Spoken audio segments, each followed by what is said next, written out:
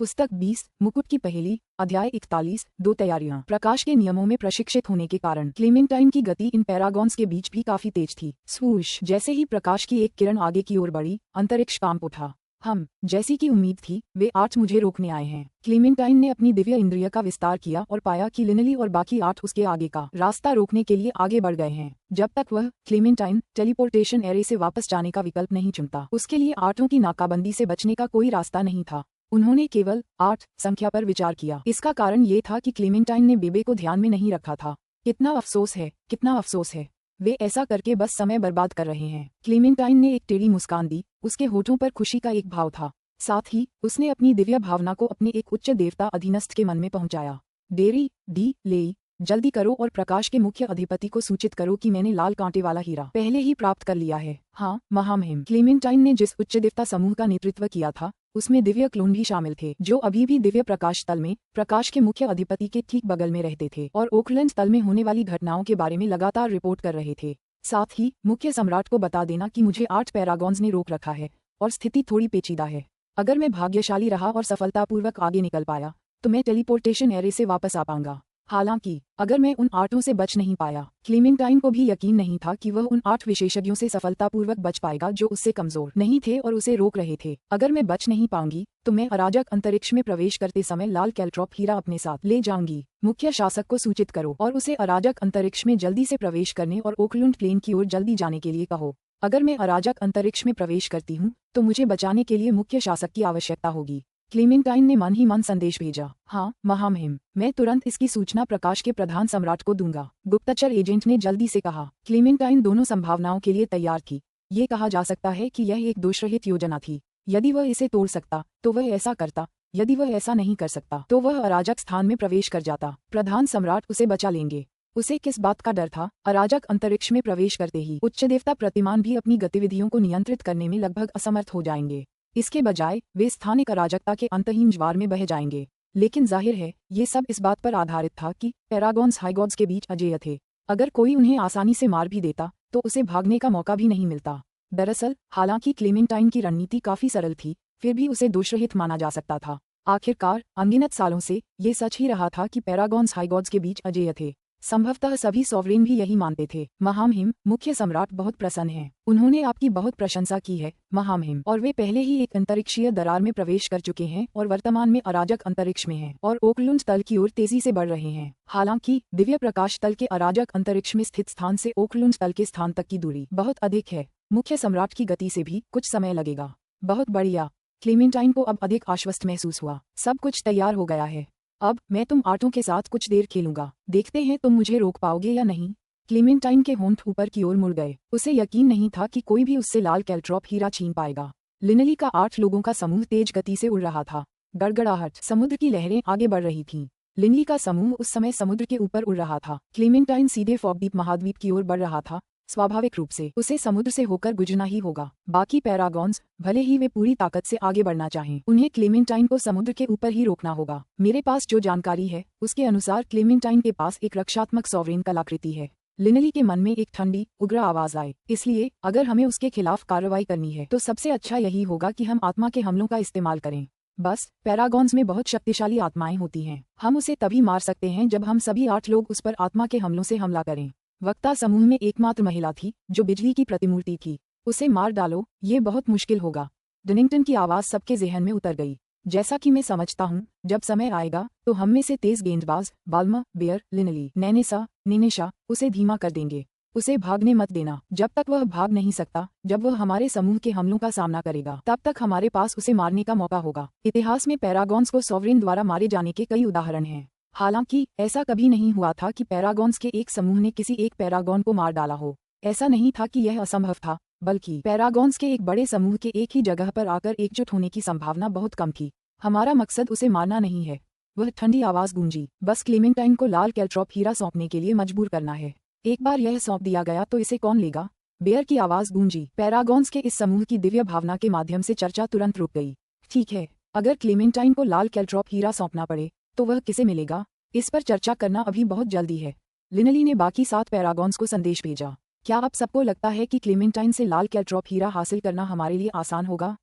हम आइए सोचें कि हम इसे सौंपने के लिए कैसे मजबूर कर सकते हैं। जहां तक इसे हासिल करने की बात है, मेरे हिसाब से कोई भी इसे छोड़ना नहीं चाहेगा, है ना? जब समय आएगा तो यह इस बात पर निर्भर करेगा कि इसे लेने की क्षमता किसके पास है। ठीक है, यह इस पर आधारित होगा कि कौन इसे लेने की क्षमता रखता है। कोई भी पैरागॉन एक दूसरे के आगे झुकने को तैयार नहीं था। केवल अपनी योग्यता के बल पर ही कोई लाल कांटेदार हीरा हासिल कर सकता था, फिर दूसरों को चकमा देकर भाग सकता था। तभी दूसरे पैरागॉन आश्वस्त हो सकते थे। बॉस, अब आपको आत्मविश्वास महसूस हो रहा है? बेबे ने चिंता से पूछा। अभी तो वे कह रहे थे कि क्लेमेंटाइन के पास एक रक्षात्मक सॉवरेन कलाकृति है। 90% आश्वस्त। लिनली की नजरें दूर तक घूर रही थीं। वह आने ही वाला है। लिनली और क्लेमेंटाइन दोनों ही तेज गति से यात्रा कर रहे थे। इन 8 महान विशेषज्ञों द्वारा की गई नाकाबंदी के सामने भले ही क्लेमेंटाइन उनसे बचना चाहता था, लेकिन ऐसा करना उसके लिए संभव नहीं था। क्लेमेंटाइन आ गई है, ठंडी तीखी आवाज ने कहा। चलो, जैसा डनिंगटन ने पहले सुझाया था वैसा ही करते हैं। मैं, बाल्मर, बेयर और लिनली उसे उलझाने और भागने से रोकने की जिम्मेदारी लेंगे, और फिर सब मिलकर उस पर आत्मा के हमले करेंगे। वह अकेला है। 8 पैरागॉन्स के आत्मा के हमलों को सहना उसके लिए शायद वह भी नहीं सह पाएगा। बेबे, अभी यहीं देखो, लिनली ने मन ही मन कहा। ठीक है। बेबे समझ गई कि इस स्तर की लड़ाई में अगर वह इसमें शामिल हो गई तो वह सिर्फ मृत भार बन जाएगी। बिना किसी हिचकिचाहट के लिनली के 8 लोगों का समूह बिजली के 8 बोल्टों की तरह आगे बढ़ा और एक जाल बनाते हुए उस दूर स्थित प्रकाश की किरण की ओर बढ़ा। क्लेमेंटाइन, लिनली की नजर दूर से आती उस प्रकाश की किरण पर टिकी थी। अचानक वह प्रकाश की किरण विकृत हो गई, लिनली के समूह से बचकर निकल जाने की कोशिश में। आपके सपनों में लिनली, अग्नि के प्रतिमान बाल्मर, पवन के प्रतिमान बाया और बिजली के प्रतिमान नैनेसा ने अचानक गति बढ़ा दी। वे चारों क्लेमेंटाइन से धीमे नहीं थे, और जैसे ही उन्होंने उसकी ओर 4 तरफा पिंसर बनाया, उन्होंने आसानी से ऐसा कर दिया कि क्लेमेंटाइन उनसे बचने के लिए कहीं भाग नहीं सकती थी। क्लेमेंटाइन, तुम बच नहीं पाओगी। क्लेमेंटाइन के दिमाग में बाल्मर की आवाज गूंज उठी। हाँ, तुम मुझे रोकना चाहते हो? सपने देखते रहो। क्लेमेंटाइन जानता था कि उसके पास उनसे बचने का कोई रास्ता नहीं है, लेकिन अचानक वह तेज गति से बेयर की ओर दौड़ पड़ा। बायर, पवन के प्रतिमान के रूप में, भौतिक आक्रमणों में सबसे शक्तिशाली था, जबकि आत्मिक आक्रमणों में थोड़ा कमजोर था। क्लेमेंटाइन के पास एक सुरक्षात्मक संप्रभु कलाकृति थी और इसलिए वह बायर से बिल्कुल नहीं डरता था। वह मेरे पास से भाग जाना चाहता है। बेयर का चेहरा ठंडा पड़ गया। फूश! अचानक एक तेज हवा चली और बायर तुरंत हजारों बायरों के घने समूह में बदल गया। ये पवन के नियमों की डोपेलगैंगर तकनीक थी। अजीब बात यह है कि कई डोपेलगैंगरों ने वास्तव में अजीब बवंडर उत्पन्न किए, जबकि बवंडरों के घने समूह ने वास्तव में कोई स्थानिक कंपन पैदा नहीं किया। लिनली ये देखकर मन ही मन आश्चर्यचकित हो गई। हजारों हमशक्ल डायमेंशनल विंड तकनीक को अंजाम देने के लिए एकजुट हो रहे हैं। ये सचमुच अकल्पनीय है। लिनली ने प्रशंसा में आह भरी। तार्किक रूप से कहें तो केवल वास्तविक शरीर ही गहन रहस्यों का उपयोग करने में सक्षम होना चाहिए, लेकिन बेयर ने स्पष्ट रूप से एक ऐसी तकनीक विकसित की थी जिससे उसके सभी हमशक्ल भी इस तकनीक तक पहुंच सकें। इसके अलावा इसका एक विशेष प्रभाव था जो एक जादुई संरचना जैसा था, जिससे इस आयामी पवन तकनीक के प्रभाव एक दूसरे के ऊपर परतदार हो जाते थे और आसपास के स्थान को पूरी तरह से बंद कर देते थे। एक भयानक प्रतिबंधात्मक खींचने वाली शक्ति ने तुरंत क्लेमेंटाइन को घेर लिया। क्या बायर के पास वास्तव में ऐसी तकनीक है? क्लेमेंटाइन घबराए बिना नहीं रह सकी। यद्यपि नियमों के गहन रहस्य समान थे, फिर भी आवश्यक नहीं कि उनके द्वारा विकसित किए जा सकने वाले आक्रमण भी समान हों। गहन रहस्यों की अंतर्दृष्टि प्राप्त करने के बाद उन्हें लागू करने का सर्वोत्तम तरीका विकसित करना आवश्यक था। बेयर की तकनीक गहन रहस्यों को लागू करने का एक अत्यंत चतुर तरीका था। ठीक इसी क्षण आत्मा का हमला। डनिंगटन की आवाज लिनली समेत सभी के मन में गूंज उठी। तुरंत ही लिनली सहित 8 लोगों ने बिना किसी हिचकिचाहट के आत्मा पर हमला शुरू कर दिया। अच्छा नहीं। क्लेमेंटाइन का चेहरा नाटकीय रूप से बदल गया। धमाका! क्लेमेंटाइन के शरीर से अचानक हजारों सुनहरी रोशनी की किरणें फूट पड़ीं, जिससे कई क्लेमेंटाइनों का एक घना समूह बन गया। डोपेलगैंगर जैसी तकनीक हवा के नियमों, अंधेरे के नियमों और प्रकाश के नियमों में भी उपलब्ध थी, लेकिन निश्चित रूप से हर एक के पीछे का सिद्धांत थोड़ा अलग था। फिलहाल लिनली का 8 सदस्यीय समूह यह निर्धारित करने में असमर्थ था कि असली शव कौन सा है। हालांकि हर कोई जानता था कि क्लेमेंटाइन का मूल शरीर बहुत दूर नहीं भाग पाएगा और यह मूल स्थान से कुछ मीटर की दूरी पर था, लेकिन उन कुछ मीटर के भीतर 5 क्लेमेंटाइन थीं। इस युद्ध में एकमात्र महिला बिजली की प्रतिमूर्ति नैनेसा ने अपने हाथ आगे बढ़ाए। देखते ही देखते 10,000 मीटर के आसपास के क्षेत्र में कहीं से भी हजारों बिजली के बोल्ट प्रकट हो गए। जंगली क्रूर वज्रपात बेतहाशा बरसने लगे। देखते ही देखते क्लेमेंटाइन द्वारा बनाए गए लगभग सभी हमशक्ल नष्ट हो गए और केवल एक क्लेमेंटाइन ही बची। अपने हाथ रोक लो! क्लेमेंटाइन जोर से चिल्लाया जब वह पीछे की ओर उड़ गया। लिनली के समूह से दूर जाना चाहता था। हमला करो! इसमें कोई हिचकिचाहट नहीं थी। जैसे ही डनिंगटन ने आदेश दिया, उन 8 ने अपने आत्मिक हमले शुरू कर दिए। पारभासी आत्मा के हमलों की 8 किरणें आसमान से गुजरीं और क्लेमेंटाइन की ओर बढ़ गईं। आत्मा के हमले शुरू से ही भयानक रूप से तेज होते थे। आम हाईगॉड्स इनसे बच नहीं पाते, लेकिन पैरागॉन्स की गति हाईगॉड्स की गति से कहीं ज्यादा तेज थी। इन आसम आत्मा के हमलों के बावजूद वह थोड़ा बहुत बच निकलने में सक्षम था।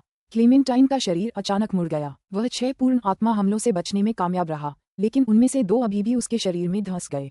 हमफ, क्लीमेंटाइन के चेहरे का रंग थोड़ा बदल गया। जारी रखें, डनिंगटन ने जरा भी संकोच नहीं किया। अपने हाथ रोक लो, अगर तुम हमला करते रहे तो मैं इस अंतराकाशीय वलय को नष्ट कर दूंगी। क्लीमेंटाइन की आवाज तुरंत आर्टों के मन में गूंज उठी। उसी समय क्लीमेंटाइन के हाथों में एक अंतराकाशीय वलय प्रकट हुआ।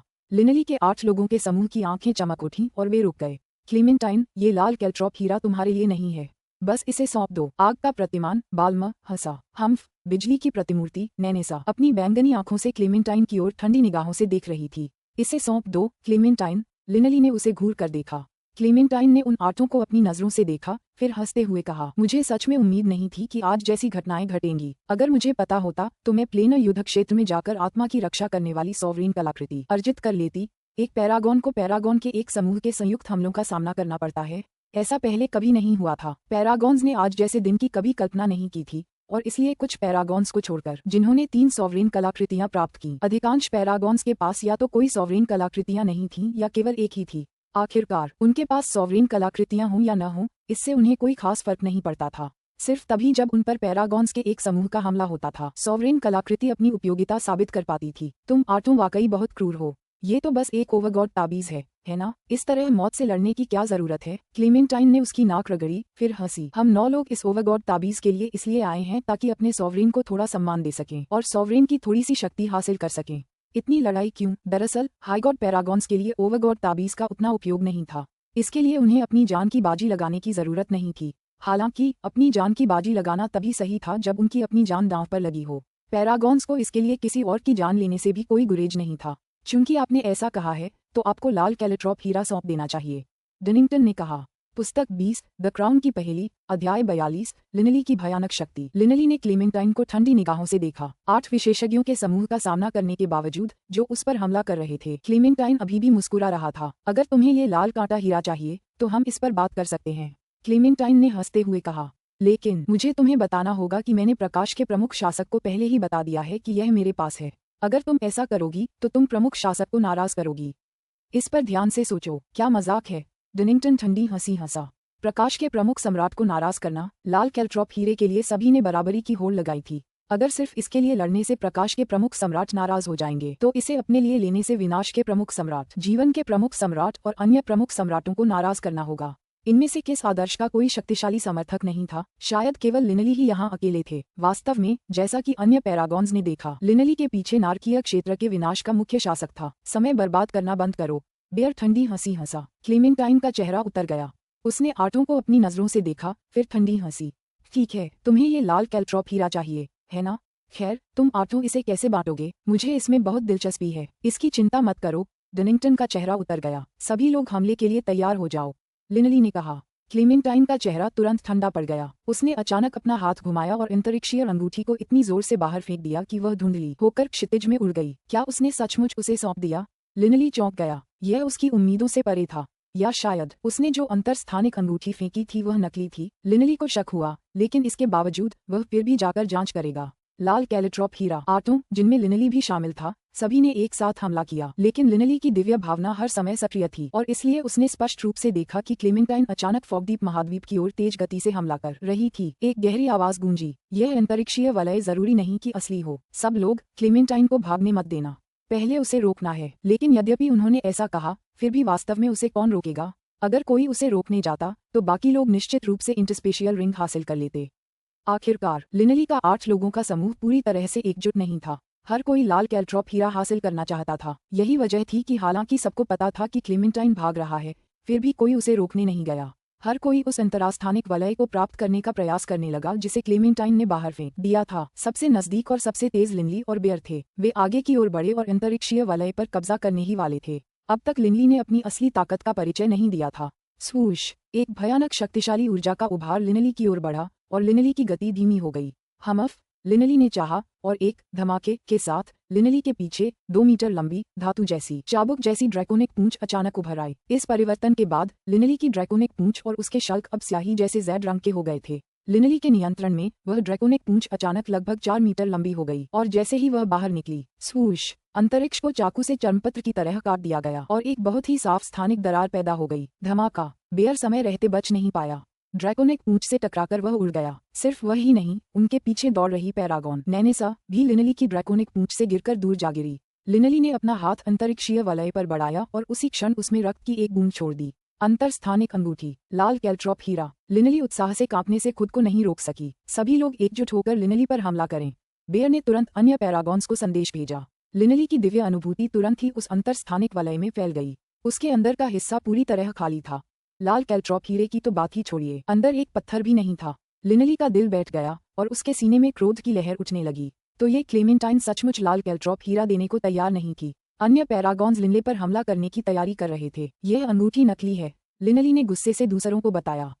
क्लेमेंटाइन ने हमें ठग लिया है क्या? बाकी 7 पैरागॉन्स के चेहरे अचानक बदल गए। सबने इस संभावना के बारे में सोचा था, लेकिन जब ये सच हुआ तो सब आग बबूला हो गए। 8 पैरागॉन्स एक ही बार में धोखा खा गए थे। भला वे कैसे न भड़कते? हर किसी ने इस संभावना के बारे में सोचा था और किसी ने तो क्लेमेंटाइन को ब्लॉक करने का आग्रह भी किया था। लेकिन हर कोई चाहता था कि कोई और व्यक्ति अवरोधन का काम करे, जबकि वे लोग अंतरिक्षीय रिंग पर कब्जा कर लें। उनकी फूट के कारण क्लेमेंटाइन अब उनसे दूर जाने में सक्षम हो गई। उसे पकड़ो, पृथ्वी का आदर्श 4 मीटर लंबा विशालकाय व्यक्ति गुस्से से चिल्लाया। लिनली सहित 8 ने सीधे क्लेमेंटाइन पर हमला किया। हा, अब जाकर तुम मुझे पकड़ने की कोशिश कर रहे थे।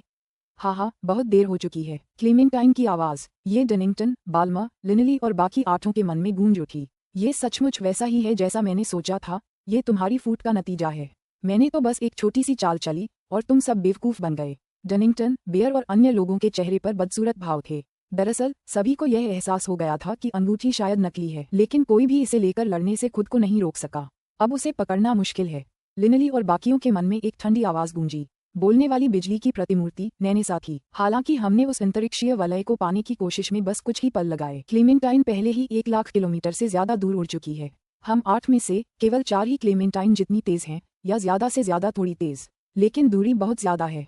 उसे पकड़ना नामुमकिन है। नैनेसा काफी निराश थी। बाकी पैरागॉन भी खुद को असहाय महसूस कर रहे थे। हालांकि वे इसे स्वीकार नहीं करना चाहते थे, पर यह सच था। मुझे लगा कि मुझे दूसरी तरकीब अपनानी पड़ेगी। लगता है इसकी जरूरत ही नहीं है। आप सभी का शुक्रिया, दया दिखाने और मुझे लाल कैल्ट्रॉप हीरा हासिल करने की इजाजत देने के लिए। क्लेमेंटाइन ने जानबूझकर मजाक उड़ाते हुए लिखा। कई पैरागॉन्स की गति धीमी होने लगी। स्पष्टतः उन्होंने हार मान ली थी। मैं पीछा नहीं कर रहा। मैं उसे पकड़ नहीं पाऊंगा। डनिंगटन ने भी हार मान ली। लिनली ने सामने की ओर देखा। उसकी निगाहें तेज थीं। अब समय आ गया है। लिनली ने अचानक इच्छा की और उसके शरीर में प्रवाहित हो रही पवन प्रकार की प्रभु शक्ति तुरंत उसकी चेतना के सागर में सिमट गई। और फिर लिनली ने अपनी संयुक्त दिव्य शक्ति को सक्रिय कर दिया। 4 प्रकार की दिव्य शक्तियां उस काली दिव्य शक्ति में विलीन हो गईं, जिससे लिनली की ऊर्जा में नाटकीय रूप से वृद्धि हुई। फिर लिनली की गति थोड़ी तेज हो गई। टकराना। लिनली की गति विस्फोटक रूप से बढ़ने पर अंतरिक्ष भी कांप उठा। उसकी गति लगभग 30% बढ़ गई थी। दरअसल संयुक्त दिव्य शक्ति, जो संप्रभु शक्ति से 10 गुना ज्यादा प्रभावी थी, पर भरोसा करके लिनली की गति कई गुना बढ़ सकती थी। लेकिन लिनली को कुछ समझ आ गया था। अगर मैं अचानक अपनी गति कई गुना बढ़ा दूं, तो क्लेमेंटाइन शायद इतना डर जाएगा कि वह युद्ध करने की हिम्मत ही नहीं करेगा। वह सीधे अराजक अंतरिक्ष में चला जाएगा। ये भयानक होगा। मैंने अपनी गति केवल 30% या उसके आसपास ही बढ़ाई है। वह वास्तव में भयभीत नहीं होगा और यह गति उसे पकड़ने के लिए पर्याप्त है। लिनली की शुरुआती गति पहले से ही काफी डरावनी थी। 30% की बढ़ोतरी के बाद, गति में 30% की वृद्धि के बाद 1 लाख किलोमीटर का अंतर लाना बहुत आसान था। मुझे पकड़ो। उनके सपनों में क्लेमेंटाइन आत्मसंतुष्ट भाव से दूर भागते हुए अचानक उसके चेहरे पर एक बदला हुआ भाव आ गया। उसकी दिव्य इंद्रिय ने भांप लिया था कि लिनली अचानक बाकी 7 पैरागॉन्स से अलग हो गया था और तेज गति से उसकी ओर बढ़ रहा था। ये कैसे हो सकता है? वह इतना तेज कैसे हो सकता है? क्या ऐसा हो सकता है कि वह अपनी शक्ति छिपा रहा था? अन्य 7 पैरागॉन भी हैरान रह गए। ये लिनली इतनी तेज कैसे हो सकती है? डनिंगटन स्तब्ध होकर देखता रहा। ये गति, ये तो मेरी गति से भी लगभग 30% अधिक है। बिजली की प्रतिमूर्ति नैनेसा की आंखों में भी स्तब्धता थी। उसकी गति बस इतनी ही बढ़ गई। यहाँ से फॉगदीप महाद्वीप के टेलीपोर्टेशन एरे तक अभी भी 10 करोड़ किलोमीटर से ज्यादा की दूरी है। वे एक दूसरे से सिर्फ 1 लाख किलोमीटर दूर हैं। वह पल भर में ही पकड़ लेगा। बेयर ने भी भौहें चढ़ाईं। लिनली की गति ने उसे स्तब्ध कर दिया था। पैरागॉन्स के इस समूह को इस बात का जरा भी अंदाजा नहीं था कि लिनली ने अपनी असली ताकत का बस एक संकेत ही दिया था। ऐसा इसलिए था क्योंकि लिनली क्लेमेंटाइन को डराकर अराजक अंतरिक्ष में भागना नहीं चाहता था। तो क्या हुआ अगर वह थोड़ा तेज है? अकेले तो वह मुझे रोक नहीं पाएगा। क्लेमेंटाइन फिर शांत हो गई।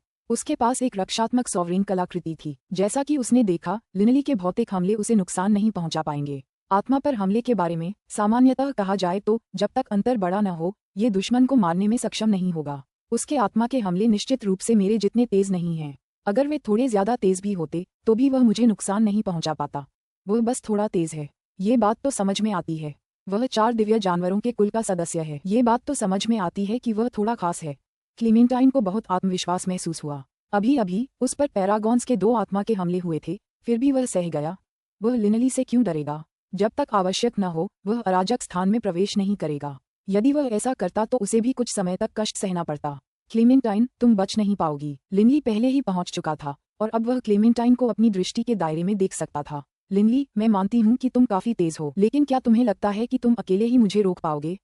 क्लीमेंटाइन हंसी। लिनली चुपचाप क्लीमेंटाइन को देखता रहा। जैसे जैसे वह क्लीमेंटाइन के और करीब आता गया, 1000 मीटर, 500 मीटर, 100 मीटर, अचानक टकराना। उसी क्षण लिनली की गति अचानक 3 गुना बढ़ गई। पहले की 30% वृद्धि के अलावा ये 3 गुना और बढ़ गई। 3 गुना, असंभव। 7 पैरागॉन दूर से दिव्य दृष्टि से ये सब देख रहे थे। उनमें से 5 तो अनजाने में ही सदमे से चीख पड़े, जबकि बाकी 2 बस अपनी बड़ी बड़ी आंखों में विस्मय से देखते रहे। अनगिनत साल बीत गए थे जब कोई ऐसी चीज आई थी जो इन उच्च देव पैरागॉन को विस्मित कर सके, लेकिन लिनली की गति 3 गुना ज्यादा बढ़ गई थी। ये पैरागॉन्स से बिल्कुल अलग स्तर पर था। इतनी तेज गति से चलने के लिए निश्चित रूप से यह आवश्यक है कि व्यक्ति की ऊर्जा और शरीर दोनों पैरागॉन की तुलना में कहीं अधिक मजबूत हों। प्राचीन काल से लेकर अब तक सभी मानते थे कि पैरागॉन्स उच्च देवताओं में सर्वोच्च स्तर के अस्तित्व के अधिकारी थे, लेकिन लिनली निश्चित रूप से पैरागॉन्स से भी अधिक शक्तिशाली स्तर पर थी।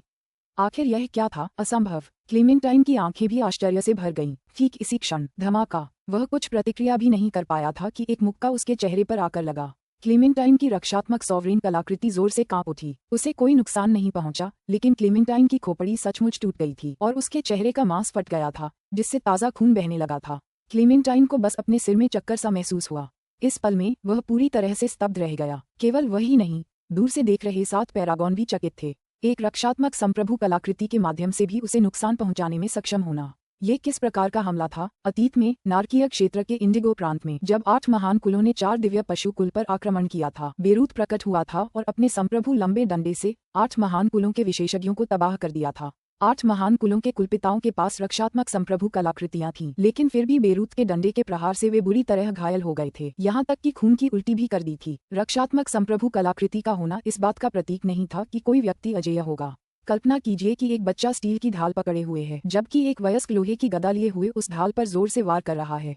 हालांकि ढाल को कोई नुकसान नहीं होगा और ढाल ज्यादातर बल को नष्ट कर देगी, फिर भी बाकी बल से बच्चा घायल हो जाएगा। यह वही सिद्धांत था। यदि शक्ति में दुगुना, तिगुना या चौगुन अंतर हो तो रक्षात्मक संप्रभु कलाकृति पर भरोसा करने पर कोई समस्या नहीं होती। लेकिन निस्संदेह इसके लिए एक पूर्व शर्त थी। वह ये था कि हमलावर के पास भी एक शक्तिशाली हथियार था। उदाहरण के लिए बेरूत जब उसने 8 महान कुलों के कुलपिताओं को घायल किया तो वह ऐसा इसलिए कर पाया क्योंकि उसके पास एक संप्रभु हथियार था। उसके पास एक संप्रभु हथियार था और चूंकि वह स्वयं इतना शक्तिशाली था, वह निश्चित रूप से अपने दुश्मनों से 10 गुना ज्यादा शक्तिशाली था, इसीलिए वह उन्हें बुरी तरह घायल कर पाया। अगर बेरूत अपनी पूरी ताकत लगा देता तो वह उन्हें मार भी सकता था, लेकिन यदि उसके पास सॉवरेन हथियार न होता तो चीजें परेशानी भरी हो जाती। यद्यपि उसकी आक्रमण शक्ति बहुत अधिक थी, लेकिन यदि उसका हथियार साधारण होता तो उससे होने वाली शक्तिशाली टक्कर के कारण उसका हथियार नष्ट हो जाता।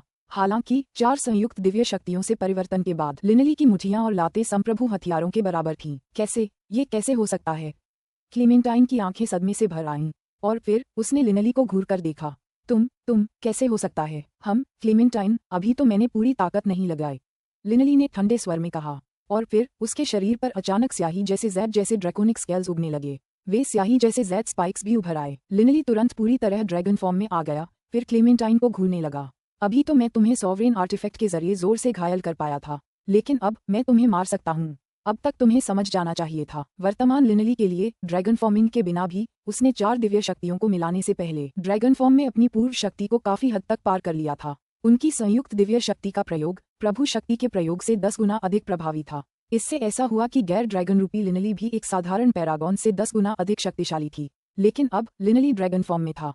उसकी ताकत एक बार फिर आसमान छू रही थी। उसके मुक्कों में इच्छा शक्ति की ताकत थी। वे बिल्कुल सॉवरेन हथियार के स्तर के थे। नहीं, ये कैसे हो सकता है? क्लीमेंटाइन अचंभित रह गई।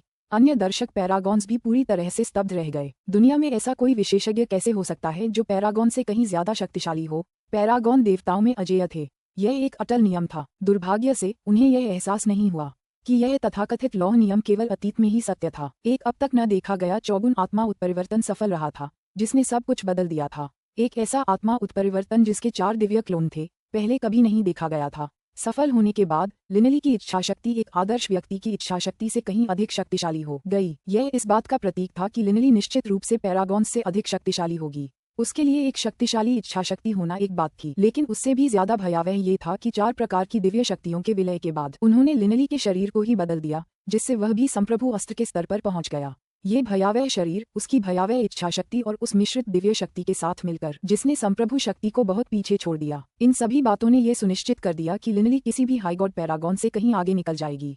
4 प्रकार की दिव्य शक्तियों के सम्मिलन से पहले लिनली की तुलना हाई गॉड पैरागॉन से की जा सकती थी। उनके सम्मिलन के बाद लिनली उनसे कहीं आगे निकल गया। मेरे शरीर में दिव्य क्लोन छिपे हैं, इसलिए मैं मानती हूँ कि हाँ, ड्रैगन फॉर्मिंग के बाद तुम्हारे पास मुझे मारने की शक्ति है, लेकिन ये तो मेरा असली शरीर है। मैं अपने दिव्य क्लोनों का इस्तेमाल करके इस अंतरिक्षीय वलय को चकनाचूर कर सकती हूँ। क्लेमेंटाइन ने जल्दी से कहा, अगर तुम मुझे मार दोगे तो न तो अंतरिक्षीय वलय मिलेगा और न ही लाल कैल्ट्रॉप हीरा। यही कारण है कि अभी मैंने तुम्हें मारने की कोशिश नहीं की, लिनली ने शांति से कहा। उसकी असली ताकत उसके प्रतिद्वंद्वी से 10 गुना ज्यादा थी और उसका शरीर किसी सॉवरेन हथियार के बराबर था। लिनली अपने प्रतिद्वंद्वी को सॉवरेन आर्टिफैक्ट के जरिए भी मार सकता था, हालांकि ज्यादा से ज्यादा वह मूल शरीर को ही मार पाता। उसके अंदर छिपा दिव्य क्लोन तुरंत नहीं मरता। दिव्य क्लोन अंतरिक्षीय वलय को पूरी तरह से कुचल सकता था। क्लेमेंटाइन, ये तो बस एक लाल कैल्ट्रॉप हीरा है। मुझे लगता है कि तुम एक लाल कैल्ट्रॉप हीरे के लिए अपनी जान देने को तैयार नहीं होगी, लिनली ने शांति से कहा। अगर हमें लाल कैल्ट्रॉप हीरा मिल भी जाए तो हम उसे किसी राजा को अर्पित कर देंगे और ज्यादा से ज्यादा राजा की थोड़ी शक्ति प्राप्त कर लेंगे। यह उतना उपयोगी नहीं है। क्लेमेंटाइन ने सिर हिलाया। तुम्हारी जिंदगी, तुम्हारा सब कुछ एक लाल कैल्ट्रॉप हीरे की तुलना में, जिसका इस्तेमाल सिर्फ किसी संप्रभु की शक्ति के बदले में किया जा सकता है, कौन सा ज्यादा कीमती है? मुझे लगता है तुम्हें पता है कि क्या चुनना है। लिनली शांति से हंसी। और हाँ, अराजक जगह में जाने के बारे में सोचना भी मत। अगर तुम हमला भी करोगे तो मैं तुम्हारे पीछे आऊंगा और तुरंत तुम्हें मार डालूंगा। इससे पहले लिनली ने कहा था कि उन्हें 90% विश्वास है, क्योंकि लिनली का मानना था कि जब तक क्लेमेंटाइन पागल नहीं हो जाती, वह एक लाल कैल्ट्रॉप हीरे के लिए, जिसे वह सॉवरेन माइट के बदले में दे सकता था, अपने पैरागॉन क्लोन को छोड़ने को तैयार नहीं होगा। ठीक है, तुम जीत गए, क्लेमेंटाइन ने खट्टी हंसी हंसी। मैं इस खिलौने के लिए अपनी जान नहीं दूंगी। बस मैं तुमसे एक सवाल पूछना चाहती हूँ, क्या तुम एक हाईगॉड पैरागॉन हो? पुस्तक 20 द क्राउन की पहेली, अध्याय 43, पूरी तरह से हताश। क्या आप एक हाईगॉड पैरागॉन हैं? ये सवाल न सिर्फ क्लेमेंटाइन को हैरान कर रहा था, बल्कि दूर उड़ रहे 7 हाईगॉड पैरागॉन भी सदमे और अविश्वास से भर गए। लिनली ड्रैगन फॉर्मिंग के बिना भी एक सॉवरेन आर्टिफैक्ट के जरिए क्लेमेंटाइन को नुकसान पहुंचाने में कामयाब रही थी। ये किस प्रकार की शक्ति थी? यह निश्चित रूप से 10 गुना से भी ज्यादा शक्ति का अंतर था। एक पैरागॉन से 10 गुना ज्यादा शक्तिशाली होना। सॉवरेन के अलावा क्या कोई और ऐसा कर सकता था? इसके अलावा ये तब था जब वह ड्रैगन फॉर्म में नहीं था। अगर वह ड्रैगन फॉर्म में होता तो पैरागॉन की तुलना में लिनली कितना ज्यादा शक्तिशाली होता। लिनली का अस्तित्व ही पूरी तरह से अकल्पनीय था। पैरागॉन, लिनली ने भौहें उठाईं। क्या ऐसा हो सकता है कि आपने एक और सफलता हासिल कर ली है? क्या ऐसा हो सकता है कि पैरागॉन बनने के बाद हम और भी सफलताएं हासिल कर सकें? क्लेमेंटाइन ने जल्दी से पूछा। पैरागॉन के लिए ओवरगॉड के ताबीज उतने आकर्षक नहीं थे। पैरागॉन बनने के बाद उनकी सारी प्रेरणा खत्म हो गई थी, क्योंकि उन्हें लगता था कि वे शिखर पर पहुंच गए हैं। कुछ लोग आराम से जीवन जीते थे, कुछ लोग खुद को एकांत में रखते थे, जबकि कुछ लोग अपने एक हिस्से पर नियंत्रण रखते थे। लेकिन लिनली को देखने पर इन पैरागॉन्स को पता चला कि जाहिर तौर पर ताकत में वृद्धि जारी रखना संभव था। तुरंत ही उनके हृदय पुनः धधकने लगे। नहीं, क्या ऐसा हो सकता है कि सिर्फ इसलिए कि मैं भी एक पैरागॉन हूँ, मैं तुमसे 10 गुना या 100 गुना ज्यादा ताकतवर नहीं हो सकता? लिनली शांति से हंसा। ओह, क्लेमेंटाइन दंग रह गई। क्या ये तुम्हारे शरीर की वजह से है? हाँ, मैं एक आदर्श हूँ, लेकिन मेरा शरीर तुम्हारे शरीर से कहीं ज्यादा शक्तिशाली है। मेरा शरीर एक संप्रभु कलाकृति के बराबर है। लिनली मुस्कुराया। अब भी लिनली अपना राज सार्वजनिक करने को तैयार नहीं था। ये एक शरीर एक संप्रभु कलाकृति के बराबर है? ये पूरी तरह से ऐसा कैसे हो सकता है? क्लेमेंटाइन अब पूरी तरह से समझ गई। तार्किक रूप से कहें तो सॉवरेन शक्ति का इस्तेमाल करने वाले पैरागॉन्स दोनों ही बराबर होने चाहिए, लेकिन लिनली का शरीर शक्ति में सॉवरेन आर्टिफैक्ट के बराबर था। शारीरिक रूप से इतना शक्तिशाली शरीर होने के कारण लिनली के हमले एक साधारण पैरागॉन के हमलों से दसियों गुना या लगभग 100 गुना ज्यादा शक्तिशाली थे। ऐसा क्यों नहीं हो सकता? हीमर्स, भले ही वह पैरागॉन नहीं है, लेकिन स्वाभाविक रूप से बहुत प्रतिभाशाली है। उसके भौतिक हमले पैरागॉन के बराबर ही हैं। आप ही बताइए, अगर वह पैरागॉन बन जाए और उसके पास इच्छा शक्ति हो, तो क्या उसके भौतिक हमले आपके हमलों से कहीं ज्यादा नहीं होंगे? लिनली शांति से हंसा। पैरागॉन बनने से पहले हीमर्स कितना शक्तिशाली था? ये देखते हुए यदि वह पैरागॉन बन जाता तो हेमस निश्चित रूप से दूसरों से आगे निकल जाता। अब मैं समझ गई। क्लेमेंटाइन ने एक लंबी सांस छोड़ी। लिनली, अब तुम सबसे शक्तिशाली व्यक्ति हो जो कभी अस्तित्व में रहा हो, संप्रभुओं के अलावा। क्लेमेंटाइन ने लिनली की ओर एक जटिल नजर से देखा। क्लेमेंटाइन समझ गई कि लिनली क्या कह रहा था। बाकी पैरागॉन्स में से किसी का भी शरीर सॉवरेन आर्टिफैक्ट जैसा नहीं था। ये समझना जरूरी है कि पूरे इतिहास में ब्रह्मांड के सभी स्तरों पर 10 से भी कम ऐसे लोग हुए हैं जिनके शरीर शक्ति में संप्रभु कलाकृतियों के बराबर थे। हेमस को बमुश्किल एक माना जा सकता है, जबकि बेरूत एक और। पूरे ब्रह्मांड में 10 से भी कम लोग थे। क्या उन दुर्लभ धन्य व्यक्तियों में से एक का भी आदर्श बनना संभव था? क्या ये संभव था? सभी ग्रहों और पूरे इतिहास में विभिन्न प्रजातियों के जीवों की संख्या खगोलीय और अकल्पनीय थी। फिर भी केवल 20 से अधिक पैरागॉन ही कभी उभरे थे। संभावनाएं बहुत कम थीं। ये कहा जा सकता है कि संभावनाएं लगभग शून्य थीं। हेमस या बेरूत जैसे 10 से भी कम लोग थे। उनमें से किसी एक का पैरागॉन बनना बहुत व्यवहारिक नहीं था। दरअसल ब्रह्मांड के प्राकृतिक नियमों के अनुसार जो लोग जन्मजात रूप से बहुत प्रतिभाशाली होते हैं, उनके लिए प्रशिक्षण बेहद मुश्किल होता। बेरूत और हेमस की तो बात ही छोड़िए, 4 दिव्य पशु वंश के पूर्वज भी पैरागॉन नहीं बन पाए थे। स्वर्ग तो न्यायपूर्ण था। यदि लिनली का विकास सामान्य रूप से हुआ होता तो वह इतना शक्तिशाली नहीं बन पाता, न ही वह एक सॉवरेन कलाकृति के बराबर शरीर प्राप्त कर पाता। हालांकि 4 दिव्य क्लोन होने के बावजूद उनकी आत्मा का उत्परिवर्तन सफल रहा था। लिनली का कठोर शक्तिशाली शरीर उसे जन्म के समय नहीं मिला था। यह उस मिश्रित दिव्य शक्ति द्वारा निर्मित किया गया था। जब से उनका 4 तरफा आत्मा परिवर्तन सफल हुआ था, ये लगभग निश्चित हो गया था कि कोई चमत्कार घटित होगा। लिनली में दिव्य शक्ति और इच्छा शक्ति का सम्मिश्रण था, जो दोनों ही एक उच्च देवता की क्षमता से कहीं बढ़कर थीं। इसने रहस्यों में लिनली की कमियों की भरपाई कर दी, जिससे वह एक आदर्श देवता के बराबर हो गया। लेकिन उसका शरीर, जो एक संप्रभु कलाकृति जितना शक्तिशाली था, उसे उनसे कहीं आगे ले गया। क्लेमेंटाइन, तुमने अपने सवाल पूछ लिए हैं। अब मुझे लाल कैल्ट्रॉप हीरा दे दो। लिनली ने क्लेमेंटाइन को घूर कर देखा। मैं इसे मुख्य सम्राट को अर्पित करना चाहता था। छोड़ो भी। क्लेमेंटाइन ने अपना हाथ हिलाया और उसके अंदर एक लाल कैल्ट्रॉप हीरा प्रकट हुआ। लाल कैल्ट्रॉप हीरे को पकड़े हुए क्लेमेंटाइन लिनली की ओर देखते हुए हंसा। इस लाल कैल्ट्रॉप हीरे में सचमुच एक अनोखी ऊर्जा है जो आत्मा को पोषित करती है। हालांकि हम आदर्शों के लिए ये बेकार है। क्लेमेंटाइन ने लापरवाही से लाल कैल्ट्रॉप हीरा लिनली की ओर फेंक दिया। किसी खजाने का लोगों के विभिन्न स्तरों पर अलग अलग प्रभाव पड़ता है।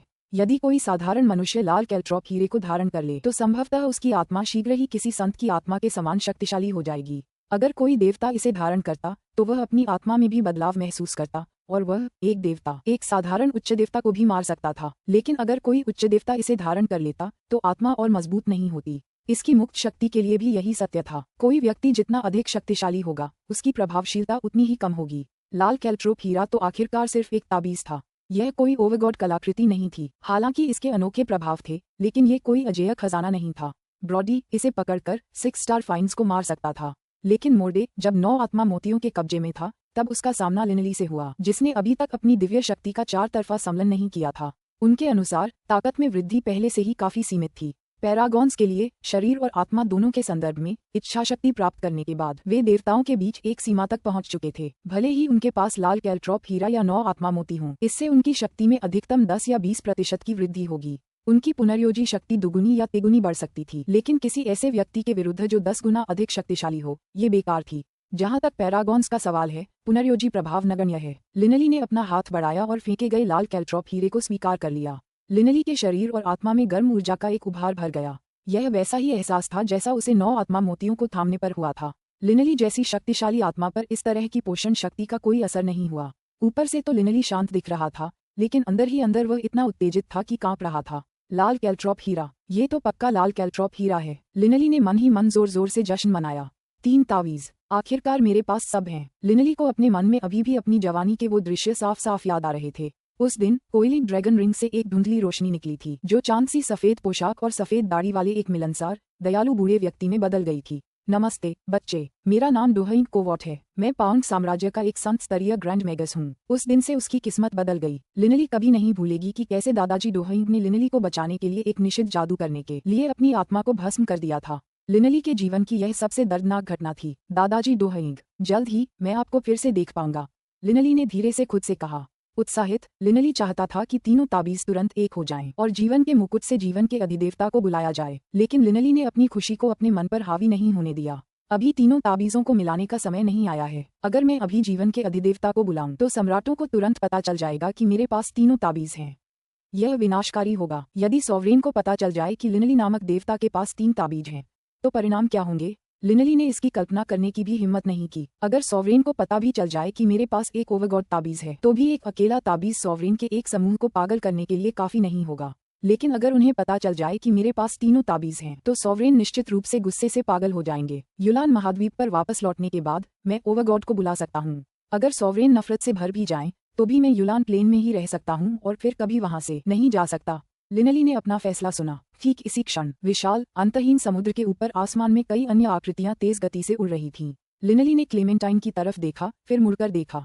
ये 7 पैरागॉन और बेबे थे। बेबे को भी डनिंगटन साथ लाया था। लिनली, बधाई। जोरदार हंसी गूंजी। वक्ता डनिंगटन था। एक आदर्श बनना एक बात है, लेकिन आपका शरीर इतना मजबूत होना कि वह किसी संप्रभु कलाकृति के बराबर हो। उस 4 मीटर लंबे नीले बालों वाले व्यक्ति के शब्दों में ईर्ष्या की एक झलक थी। बाकी सभी 7 आदर्शों ने, यहाँ तक कि बेबे ने भी, लिनली और क्लेमेंटाइन के बीच की बातें सुनी थीं। लिनली, जहाँ तक मुझे याद है, प्लेनर युद्ध के दौरान तुम्हारा शरीर इतना मजबूत नहीं था। अब तुम कैसे? पवन के आदर्श, बेयर ने लिनली को घूरा। क्या कोई अपने शरीर को इस स्तर तक प्रशिक्षित कर सकता है? सभी पैरागॉन्स ने तुरंत लिनली को देखा। कौन अपने शरीर को मजबूत नहीं बनाना चाहता? एक रक्षात्मक संप्रभु कलाकृति का मतलब सिर्फ एक शक्तिशाली ढाल होना था, लेकिन एक संप्रभु कलाकृति जैसा शरीर, जिसमें नदियों को उलटने और समुद्रों को उलट देने की शक्ति थी और आकाश को चीर डालने की भयानक शक्ति थी, इस स्तर तक पहुंचने के लिए मुझे कई चीजों का अनुभव करना पड़ा। लिनली ने जवाब में बहुत ही अस्पष्ट उत्तर दिया। अन्य पैरागॉन्स एक दूसरे की ओर देखने लगे और आगे कुछ पूछना नहीं चाहते थे। सब लोग, क्या तुम लोग अब भी इस लाल कैलेट्रॉप हीरे के लिए मुझसे लड़ना नहीं चाहते हो? लिनली ने मुस्कुराते हुए कहा। तुम्हारे साथ लड़ूंगी? क्या हम ऐसे लग रहे हैं जैसे हम मरना चाहते हैं? बिजली की प्रतिमूर्ति नैनेसा अभी भी ठंडी आवाज में बोली, लेकिन उसकी आंखों में हंसी की झलक थी। क्लेमेंटाइन की तरह मेरे पास कोई रक्षात्मक सॉवरेन कलाकृति नहीं है। उसे मारने के लिए तुम्हें ड्रैगन फॉर्म करना होगा, लेकिन मेरे खिलाफ तुम्हें ड्रैगन फॉर्म करने की भी जरूरत नहीं होगी। छोड़ो भी। लिनली, तुम्हारी गति और तुम्हारी आक्रमण शक्ति देखकर मैं तुरंत समझ गया कि हमारे पास लाल कैलेट्रॉप हीरा पाने का कोई मौका नहीं है। डनिंगटन भी हंसा।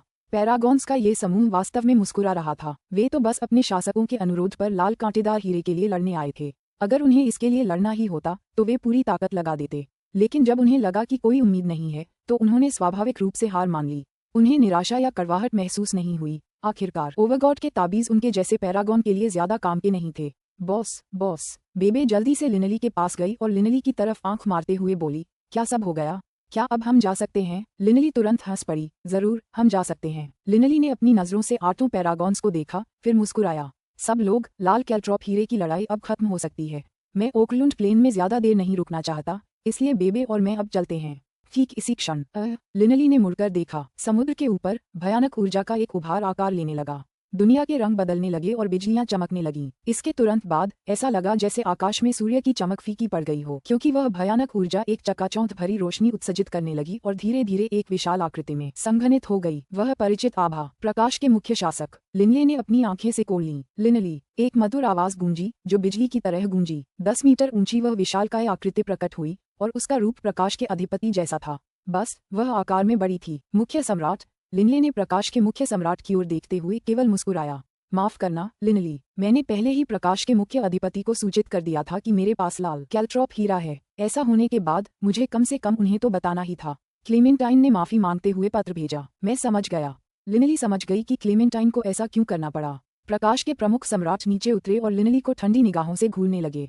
उनकी नजर बाकी 8 पैरागॉन और बेबे पर भी पड़ी। प्रकाश के प्रमुख अधिपति बहुत क्रोधित थे। चूंकि क्लेमेंटाइन हर परिस्थिति के लिए तैयार रहना चाहती थी, इसलिए प्रकाश के प्रमुख अधिपति स्वयं दिव्य प्रकाश तल से अस्त व्यस्त अंतरिक्ष में यात्रा कर रहे थे। वे अस्त व्यस्त अंतरिक्ष के विशाल अंतहीन ज्वार भाटे से गुजरते हुए ओकलुंड तल की ओर तेजी से बढ़े। यद्यपि 4 उच्चतर लोक और 7 दिव्य लोक एक दूसरे के निकट थे, तथापि अन्य अनगिनत भौतिक लोक एक दूसरे के निकट होने के बावजूद एक दूरस्थ क्षेत्र में थे। प्रकाश के अधिपति जैसे व्यक्ति के लिए भी वह केवल 10वां हिस्सा ही तय कर पाया था। इससे अंदाजा लगाया जा सकता है कि दूरी कितनी लंबी रही होगी। प्रकाश के प्रमुख सम्राट आशा से भरे हुए थे और बहुत उत्साहित थे। उन्हें इस बात की जरा भी परवाह नहीं थी कि वहां पहुंचने के लिए उन्हें कितनी मेहनत और प्रयास करना पड़ेगा। लेकिन किसने सोचा था कि आधे रास्ते में ही उन्हें ये खबर मिलेगी कि क्या हुआ था, कि लाल कैलेट्रॉप हीरा लिनली ने ले लिया है। यदि क्लेमेंटाइन ने इसे कभी हासिल नहीं किया होता तो यह एक बात थी, लेकिन क्लेमेंटाइन को पहले इसे हासिल करना था। प्रकाश के प्रमुख सम्राट बेहद खुश थे, क्योंकि उन्होंने पहले ही लाल कैलेट्रॉप हीरे को अपना समझना शुरू कर दिया था। अब जब वह जब्त हो गया था तो जाहिर है कि वह क्रोधित थे, और ये देखते हुए कि वह पहले ही अराजक अंतरिक्ष में इतनी लंबी दूरी तय कर चुके थे, वह और भी ज्यादा क्रोधित थे। लिनली, तुम। प्रकाश के मुख्य शासक कुछ कहने ही वाले थे। प्रमुख सम्राट, लिनली ने प्रकाश के प्रमुख सम्राट को बीच में ही टोकते हुए उत्सुकता से पूछा, यह एक भौतिक तल है। क्या ऐसा हो सकता है कि आप अपने कमजोर छोटे समतल प्रक्षेपण क्लोन से मुझे यहाँ रोकने की योजना बना रहे हैं? पुस्तक 20 मुकुट की पहेली अध्याय 44 कहाँ जाएं? बाकी 8 पैरागॉन एक दूसरे को देखने लगे। फिर बिना किसी सहमति के वे कुछ दूर पीछे हट गए और इसे बाहर निकलते हुए मजे से देखने लगे। प्रकाश के मुख्य अधिपति ने यहाँ एक प्रक्षेपण क्लोन क्यों भेजा है? डनिंगटन ने अन्य पैरागॉन्स को पूछा। वह शायद परिणामों को स्वीकार करने को तैयार नहीं है। नैनिसा ने दूसरों को संदेश भेजा। जब मैंने लाल कैल्ट्रॉप हीरा हासिल किया उसके बाद प्रकाश के प्रमुख सम्राट ने अराजक अंतरिक्ष में प्रवेश किया और इस पूरे समय यहाँ तेजी से आ रहे थे। शायद इस समय वे बहुत चिढ़ गए हैं। क्लीमेंटाइन ने मुस्कुराते हुए जवाब दिया। यद्यपि ऊपरी तौर पर पैरागॉन्स ने शिष्टाचार के साथ व्यवहार किया, फिर भी उनके हृदय में कुछ शासकों के प्रति घृणा की भावना थी। पैरागॉन्स अपनी योग्यता के कारण पैरागॉन्स बने थे। सॉवरेन स्पार्क पाने में किस्मत ही मायने रखती थी। पैरागॉन्स के अनुसार ज्यादातर सॉवरेन ब्रह्मांड में पहले ही पैदा हो गए थे और थोड़े ज्यादा भाग्यशाली थे। सब लोग, क्या आपको लगता है कि लिनली प्रकाश के मुख्य शासक के प्रक्षेपण क्लोन को रौंद डालेगी? गोल मटोल चेहरे वाले जल के आदर्श व्यक्ति ने मन ही मन पूछा। मुझे ऐसा नहीं लगता। हालांकि यह सिर्फ एक प्रक्षेपण क्लोन है। यह मुख्य सम्राट का प्रक्षेपण क्लोन है। अगर लिनली कुछ करता तो वह मुख्य सम्राट को कोई सम्मान नहीं देता। एक मुख्य सम्राट के खिलाफ टकराव में पड़ना अच्छी बात नहीं है। अग्नि के आदर्श बाल्मा ने वापस भेज दिया। प्रकाश के प्रमुख अधिपति का अधिपति शरीर भी ओखलुंड तल में प्रवेश नहीं कर सका। ये केवल एक समतलीय प्रक्षेपण क्लोन था। समतलीय प्रक्षेपण क्लोनों में अधिपति के मन का एक छोटा सा अंश ही होता था। प्रक्षेपण क्लोनों का निर्माण केवल उस अंश द्वारा किया गया था जिसमें अधिपति से शक्ति उधार ली गई थी। प्लानर प्रक्षेपण क्लोनों ने गहन रहस्यों को समझ लिया था, लेकिन उनमें इच्छा शक्ति नहीं थी। हालांकि यह मुख्य सम्राट का प्रक्षेपण क्लोन है, लेकिन इस प्रक्षेपण क्लोन में इच्छा शक्ति नहीं है। शक्ति के मामले में यह एक साधारण लॉर्ड प्रीफेक्ट के बराबर ही है। लिनली को अपने सामने मौजूद इस प्रकाश के मुख्य सम्राट की जरा भी चिंता नहीं थी। ये तो बस एक समतल प्रक्षेपण क्लोन था। ये पैरागॉन से तो मुकाबला ही नहीं कर सकता था, लिनली से तो बिल्कुल भी नहीं। विशाल समतल प्रक्षेपण क्लोन ने लिनली को ठंडेपन से देखा। क्लीमेंटाइन, ये लाल कैल्ट्रॉप हीरा लिनली के हाथ कैसे लग गया? प्लेनर प्रोजेक्शन क्लोन ने क्लीमेंटाइन की ओर देखा। क्लीमेंटाइन तुरंत कड़वी हंसी हंस पड़ी। चीफ सॉवरेन, आपको अंदाजा भी नहीं है कि लिनली की शक्ति किस स्तर तक पहुंच गई है। वह सिर्फ एक हाईगॉड पैरागॉन नहीं है, उसका शरीर निश्चित रूप से हिमस और बेरूत के स्तर का है, एक सॉवरेन कलाकृति के बराबर। उसके भौतिक हमले मेरे हमलों से 10 गुना ज्यादा शक्तिशाली हैं, शायद 100 गुना भी। मैं कुछ नहीं कर सकती थी। ऐसा कैसे हो सकता है? प्रकाश के मुख्य शासक ने आश्चर्य से लिनली की ओर देखा। दर्ज इतिहास में एक भी सर्वोच्च विशेषज्ञ जिसका शरीर किसी संप्रभु कलाकृति के बराबर हो, पैरागॉन बनने में सक्षम नहीं हुआ। ये सच है। आग के आदर्श बाल्मा हंसे। हमने इसे खुद देखा है, और सिर्फ इतना ही नहीं, गति के मामले में भी वह हमसे बहुत आगे है। क्लीमेंटाइन भाग भी नहीं पाया। उसके पास और कोई चारा नहीं था। उसे लाल कैल्ट्रॉप हीरा सौंपना पड़ा। प्रकाश के मुख्य शासक ने लिनली की ओर देखा। मुख्य सम्राट, क्या मैं पूछ सकता हूँ कि क्या मैं अब जा सकता हूँ? लिनली ने पूछा। तुम जाना चाहते हो? प्रकाश के प्रमुख शासक ने ठंडी सांस ली, लेकिन दुर्भाग्य से ये तो बस एक समतल प्रक्षेपण क्लोन था। प्रकाश के प्रमुख शासक अभी सिर्फ बात ही कर पा रहे थे। लिनली के पास खड़ी बेबे चिढ़कर बोली, प्रमुख सम्राट, भौतिक जगत में लाल कांटेदार हीरे के लिए लड़ाई हम देवताओं का मामला है। यहाँ भौतिक जगत में हमने इसके लिए निष्पक्ष रूप से लड़ाई लड़ी और सबसे शक्तिशाली ने इसे जीत लिया।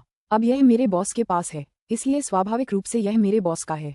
प्रमुख सम्राट, आपने यहाँ एक समतलीय प्रक्षेपण क्लोन क्यों भेजा है? क्या आप मेरे बॉस को धमकाना चाहते हैं? प्रकाश के मुख्य शासक के चेहरे पर एक कुरूपता थी। इस मामले में वह सचमुच गलत था। बाकी 8 पैरागॉन के पीछे सभी सॉवरेन थे। ओकलुंड प्लेन में संघर्ष देवताओं का संघर्ष था। सॉवरेन को इसमें हस्तक्षेप नहीं करना चाहिए। अगर वह हस्तक्षेप करके लिनली को धमकाता तो क्या होता अगर बाकी सॉवरेन भी ऐसा ही करते? पैरागॉन्स को क्या करना चाहिए था? लिनली, प्रकाश के प्रमुख सम्राट ने लिनली की ओर देखते हुए अपने मन के क्रोध को दबा लिया। मुझे पता है कि डनिंगटन को विनाश के प्रमुख सम्राट ने भेजा था, तो तुम्हें नहीं भेजा जाना चाहिए था। शायद रेडबर्ड सम्राट तुम्हारा समर्थक है। ये कैसा रहेगा? तुम लाल कैल्ट्रॉप हीरा मुझे दे दो। जहाँ तक रेडबर्ड सम्राट की बात है, मैं तुम्हारी ओर से उससे बात करूंगा। अगर तुम इसे मुझे दे दो तो मैं तुम्हारा एहसान मानूंगा। तुम क्या कहते हो? यदि वह कठोर रणनीति का उपयोग नहीं कर सकता था तो वह नर्म रणनीति का प्रयास करता था। एक एहसान? लिनली कुछ कहने ही वाली थी, लेकिन अचानक, हा ऑगस्टा, तुम्हारे तरीके बहुत अच्छे नहीं हैं। एक गहरी मधुर आवाज गूंजी और एक बार फिर स्वर्ग से ऊर्जा का एक विशाल उभार उतरा। प्रकाश ऊर्जा के विपरीत यह ऊर्जा का उभार पूरी तरह से काला था और एक जानलेवा आभा से भरा हुआ लग रहा था। यह विनाश प्रकार की संप्रभु शक्ति थी। और फिर यह एक धुंधली आकृति में जम गई। प्रकाश के मुख्य अधिपति ने स्थिति को देखा तो वह अपनी भौहें चढ़ाने से खुद को नहीं रोक सके। विनाश का मुख्य शासक, लिनली ने मन ही मन सोचा। लिनली, मैंने मुख्य शासक को विनाश की सूचना दे दी है। डनिंगटन ने भेजा। लिनली को ये भी पता था कि इन पैरागॉन्स के पास ऐसे तरीके थे जिनके द्वारा वे अपने पीछे खड़े सॉवरेनों से संवाद कर सकते थे। लिनली और मैं स्वेच्छा से बातचीत कर रहे हैं, हमें रोकने का तुम्हें क्या अधिकार है? प्रकाश के प्रमुख शासक ने कहा। हाँ, विनाश के मुख्य शासक ने खुलकर हंसी। आप इसे स्वतंत्र इच्छा कैसे कह सकते हैं? आप अपनी शक्ति से उस पर अत्याचार कर रहे हैं। आप प्रकाश के मुख्य शासक लिनली को मौखिक रूप से ऐसा करने के लिए कह रहे हैं, लेकिन अगर मैं भी ऐसा ही करूं, अगर जीवन के मुख्य शासक, मृत्यु के मुख्य शासक, अंधकार के मुख्य शासक और अन्य मुख्य शासक सभी इस मामले में कार्रवाई करें, मुझे बताइए लिनली कैसे चुनाव कर सकता था? प्रकाश के मुख्य अधिपति ने फिर कोई आवाज नहीं की। उनके अचानक प्रकट हुए प्रक्षेपण क्लोन ने दूसरों को उनके कार्यों में त्रुटि की ओर इशारा करने का बहाना दे दिया था। दरअसल उसने ऐसा इसलिए किया क्योंकि उसे यकीन था कि यह वस्तु पहले से ही उसकी है। उसने अस्त व्यस्त अंतरिक्ष में इतनी लंबी यात्रा की थी और फिर भी उसे अचानक पता चला कि उसकी वस्तु गायब हो गई है। स्वाभाविक रूप से प्रकाश के प्रमुख अधिपति क्रोधित हो गए थे और उन्होंने अपने क्रोध में एक समतल प्रक्षेपण क्लोन को उतरने दिया। ये मुख्य शासक किसी साधारण व्यक्ति से ज्यादा बेहतर नहीं है। बेबे ने मन ही मन लिनली को संदेश भेजा। स्वाभाविक रूप से एक मुख्य संप्रभु बस एक जीवित प्राणी है जो उच्चदेव बनने के बाद एक संप्रभु चिंगारी प्राप्त करने के लिए पर्याप्त भाग्यशाली था और फिर उसके साथ विलीन हो गया। इस प्रकार एक संप्रभु बन गया। सिर्फ इसलिए कि वे संप्रभु चिंगारी के साथ विलीन हो गए, इसका मतलब ये नहीं है कि उनके स्वभाव बदल जाएंगे। आमतौर पर ये संप्रभु हम देवताओं के साथ व्यवहार करते समय उच्च और शक्तिशाली व्यवहार करते हैं। स्वाभाविक रूप से वे हमसे परेशान नहीं हो सकते। यह उनकी श्रेष्ठता दिखाने का एक तरीका है। लेकिन एक बार जब कोई संघर्ष होता है जिसमें उनके अपने हित शामिल होते हैं, जैसे कि ओवरगॉड ताबीज पर यह संघर्ष, तो उनका लालची या अत्याचारी स्वभाव एक बार फिर खुद को प्रकट करेगा। लिनली ने वापस भेजा। प्रकाश का यह मुख्य अधिपति वास्तव में अत्याचारी है। प्रकाश के मुख्य अधिपति से कई बार मिलने के बाद बेबे इस निर्णय पर पहुंचने से खुद को नहीं रोक सकी। प्रकाश के प्रधान अधिपति दबंग हैं, लेकिन वे हमेशा से ऐसे ही रहे हैं। यहाँ तक कि पैट्रियार्क गिस्लासन ने भी मुझे इस बारे में बताया था। लिनली को अब भी गिस्लासन के कहे शब्द याद थे। गिस्लासन को तो यहाँ तक शक था कि 4 दिव्य पशु कुल के 4 पूर्वजों को प्रकाश के प्रमुख अधिपति ने मार डाला था। उसने प्रकाश के प्रमुख अधिपति के दबंग स्वभाव का भी वर्णन किया था। जब लिनली और बेबे आध्यात्मिक बातें कर रहे थे, प्रकाश और विनाश के मुख्य शासक भी बातें कर रहे थे। ठीक है, हम दोनों में से कोई भी लिनली पर दबाव नहीं डालेगा। लिनली खुद तय करेगा कि वह लाल कैल्ट्रॉप हीरा किसे देना चाहता है। प्रकाश के प्रमुख सम्राट लिनली को देखे बिना नहीं रह सके। लिनली, तुम खुद चुन सकते हो कि तुम इसे किस सम्राट को देना चाहते हो। तुम्हें किसी भी सम्राट से कोई रवैया अपनाने की जरूरत नहीं है। आखिरकार लाल कैल्ट्रॉप हीरा तो एक ही है, जबकि सम्राट तो दसियों हैं। विनाश के मुख्य सम्राट ने लिनली की ओर देखा। प्रकाश के मुख्य शासक ने लिनली को घूरा। उसकी आंखों में एक मौन संकेत था। माफ कीजिए, प्रकाश के मुख्य शासक। लिनली मुस्कुराया। प्रकाश के मुख्य शासक का चेहरा तुरंत बदल गया। तुम्हें पता ही नहीं कि तुम्हारे लिए क्या अच्छा है। प्रकाश के प्रमुख अधिपति ने लिनली को एक ठंडी नजर से देखा और फिर उसका समतल प्रक्षेपण क्लोन अचानक गायब हो गया।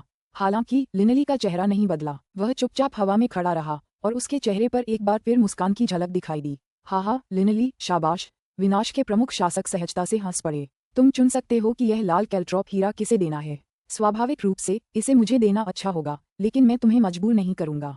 और फिर विनाश के प्रमुख शासक का समतल प्रक्षेपण क्लोन भी अचानक गायब हो गया।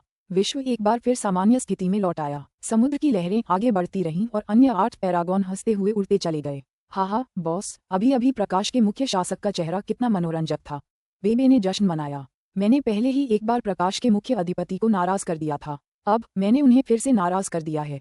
लिनली ने असहाय होकर आह भरी। प्रकाश के प्रधान अधिपति का स्वभाव ऐसा ही है। क्लेमेंटाइन हंस पड़ी। बोलते हुए क्लेमेंटाइन ने अपनी दिव्य इंद्रिय को फैलाकर आसपास के क्षेत्र को बंद कर दिया। स्पष्ट रूप से वह नहीं चाहता था कि दूसरे उच्च देवता उनके बीच की बातें सुने।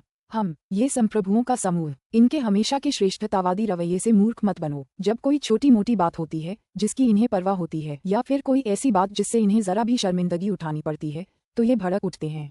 अग्नि के आदर्श, बाल्मा ने ठहाका लगाया। दरअसल ये समझ में आता है, ये इतने ऊंचे और ऊंचे हैं कि अगर कोई इन्हें परेशान करे तो ये शायद अपना गुस्सा अपराधी पर उतार देंगे। हालांकि बहुत कम सॉवरेन इतने गुस्सैल होते हैं। डनिंगटन ने मुस्कुराते हुए कहा, ज्यादातर सॉवरेन अच्छे लोग होते हैं। वे तो बस पहले पैदा हुए थे, विमानों के बनने के कुछ ही समय बाद। वे हाई गॉड्स के शुरुआती समूहों में से एक थे, फिर इतने भाग्यशाली रहे कि उन्हें सॉवरेन स्पार्क्स मिले और वे आपस में जुड़ गए। जीवन के आदर्श ने शांति से कहा, गहन नियमों के संदर्भ में अधिकांश सॉवरेन हमसे कमतर हैं, भले ही उनके पास अपार आस्था ऊर्जा हो। मैंने कई सम्राट देखे हैं, लेकिन प्रकाश का मुख्य सम्राट अभी भी उन सब में सबसे अधिक दबंग है। लिनली ने कहा, हाँ, प्रकाश के प्रमुख अधिपति अपने दबंग व्यवहार के लिए प्रसिद्ध हैं। भौतिक जगत में भी विभिन्न कलीसियाओं के बीच प्रकाश के कलीसियाएं पूर्ण प्रभुत्व की ओर प्रवृत्त होती हैं। हालांकि प्रकाश के प्रमुख अधिपति शक्तिशाली हैं, वे इतना अत्याचार करने के लिए योग्य हैं। पृथ्वी का आदर्श, वह 4 मीटर लंबा, नीले बालों वाला, हंसा। अनगिनत वर्ष पहले हुए पिछले प्लानर युद्ध से पहले बोनारॉक सॉवरेन ऑफ डेथ ने व्यक्तिगत रूप से कमांडर स्तर के विशेषज्ञों की एक जोड़ी पर हमला किया था। हाईगॉड पैरागॉन्स के इस समूह ने विभिन्न संप्रभुओं के बारे में आराम से बातचीत की।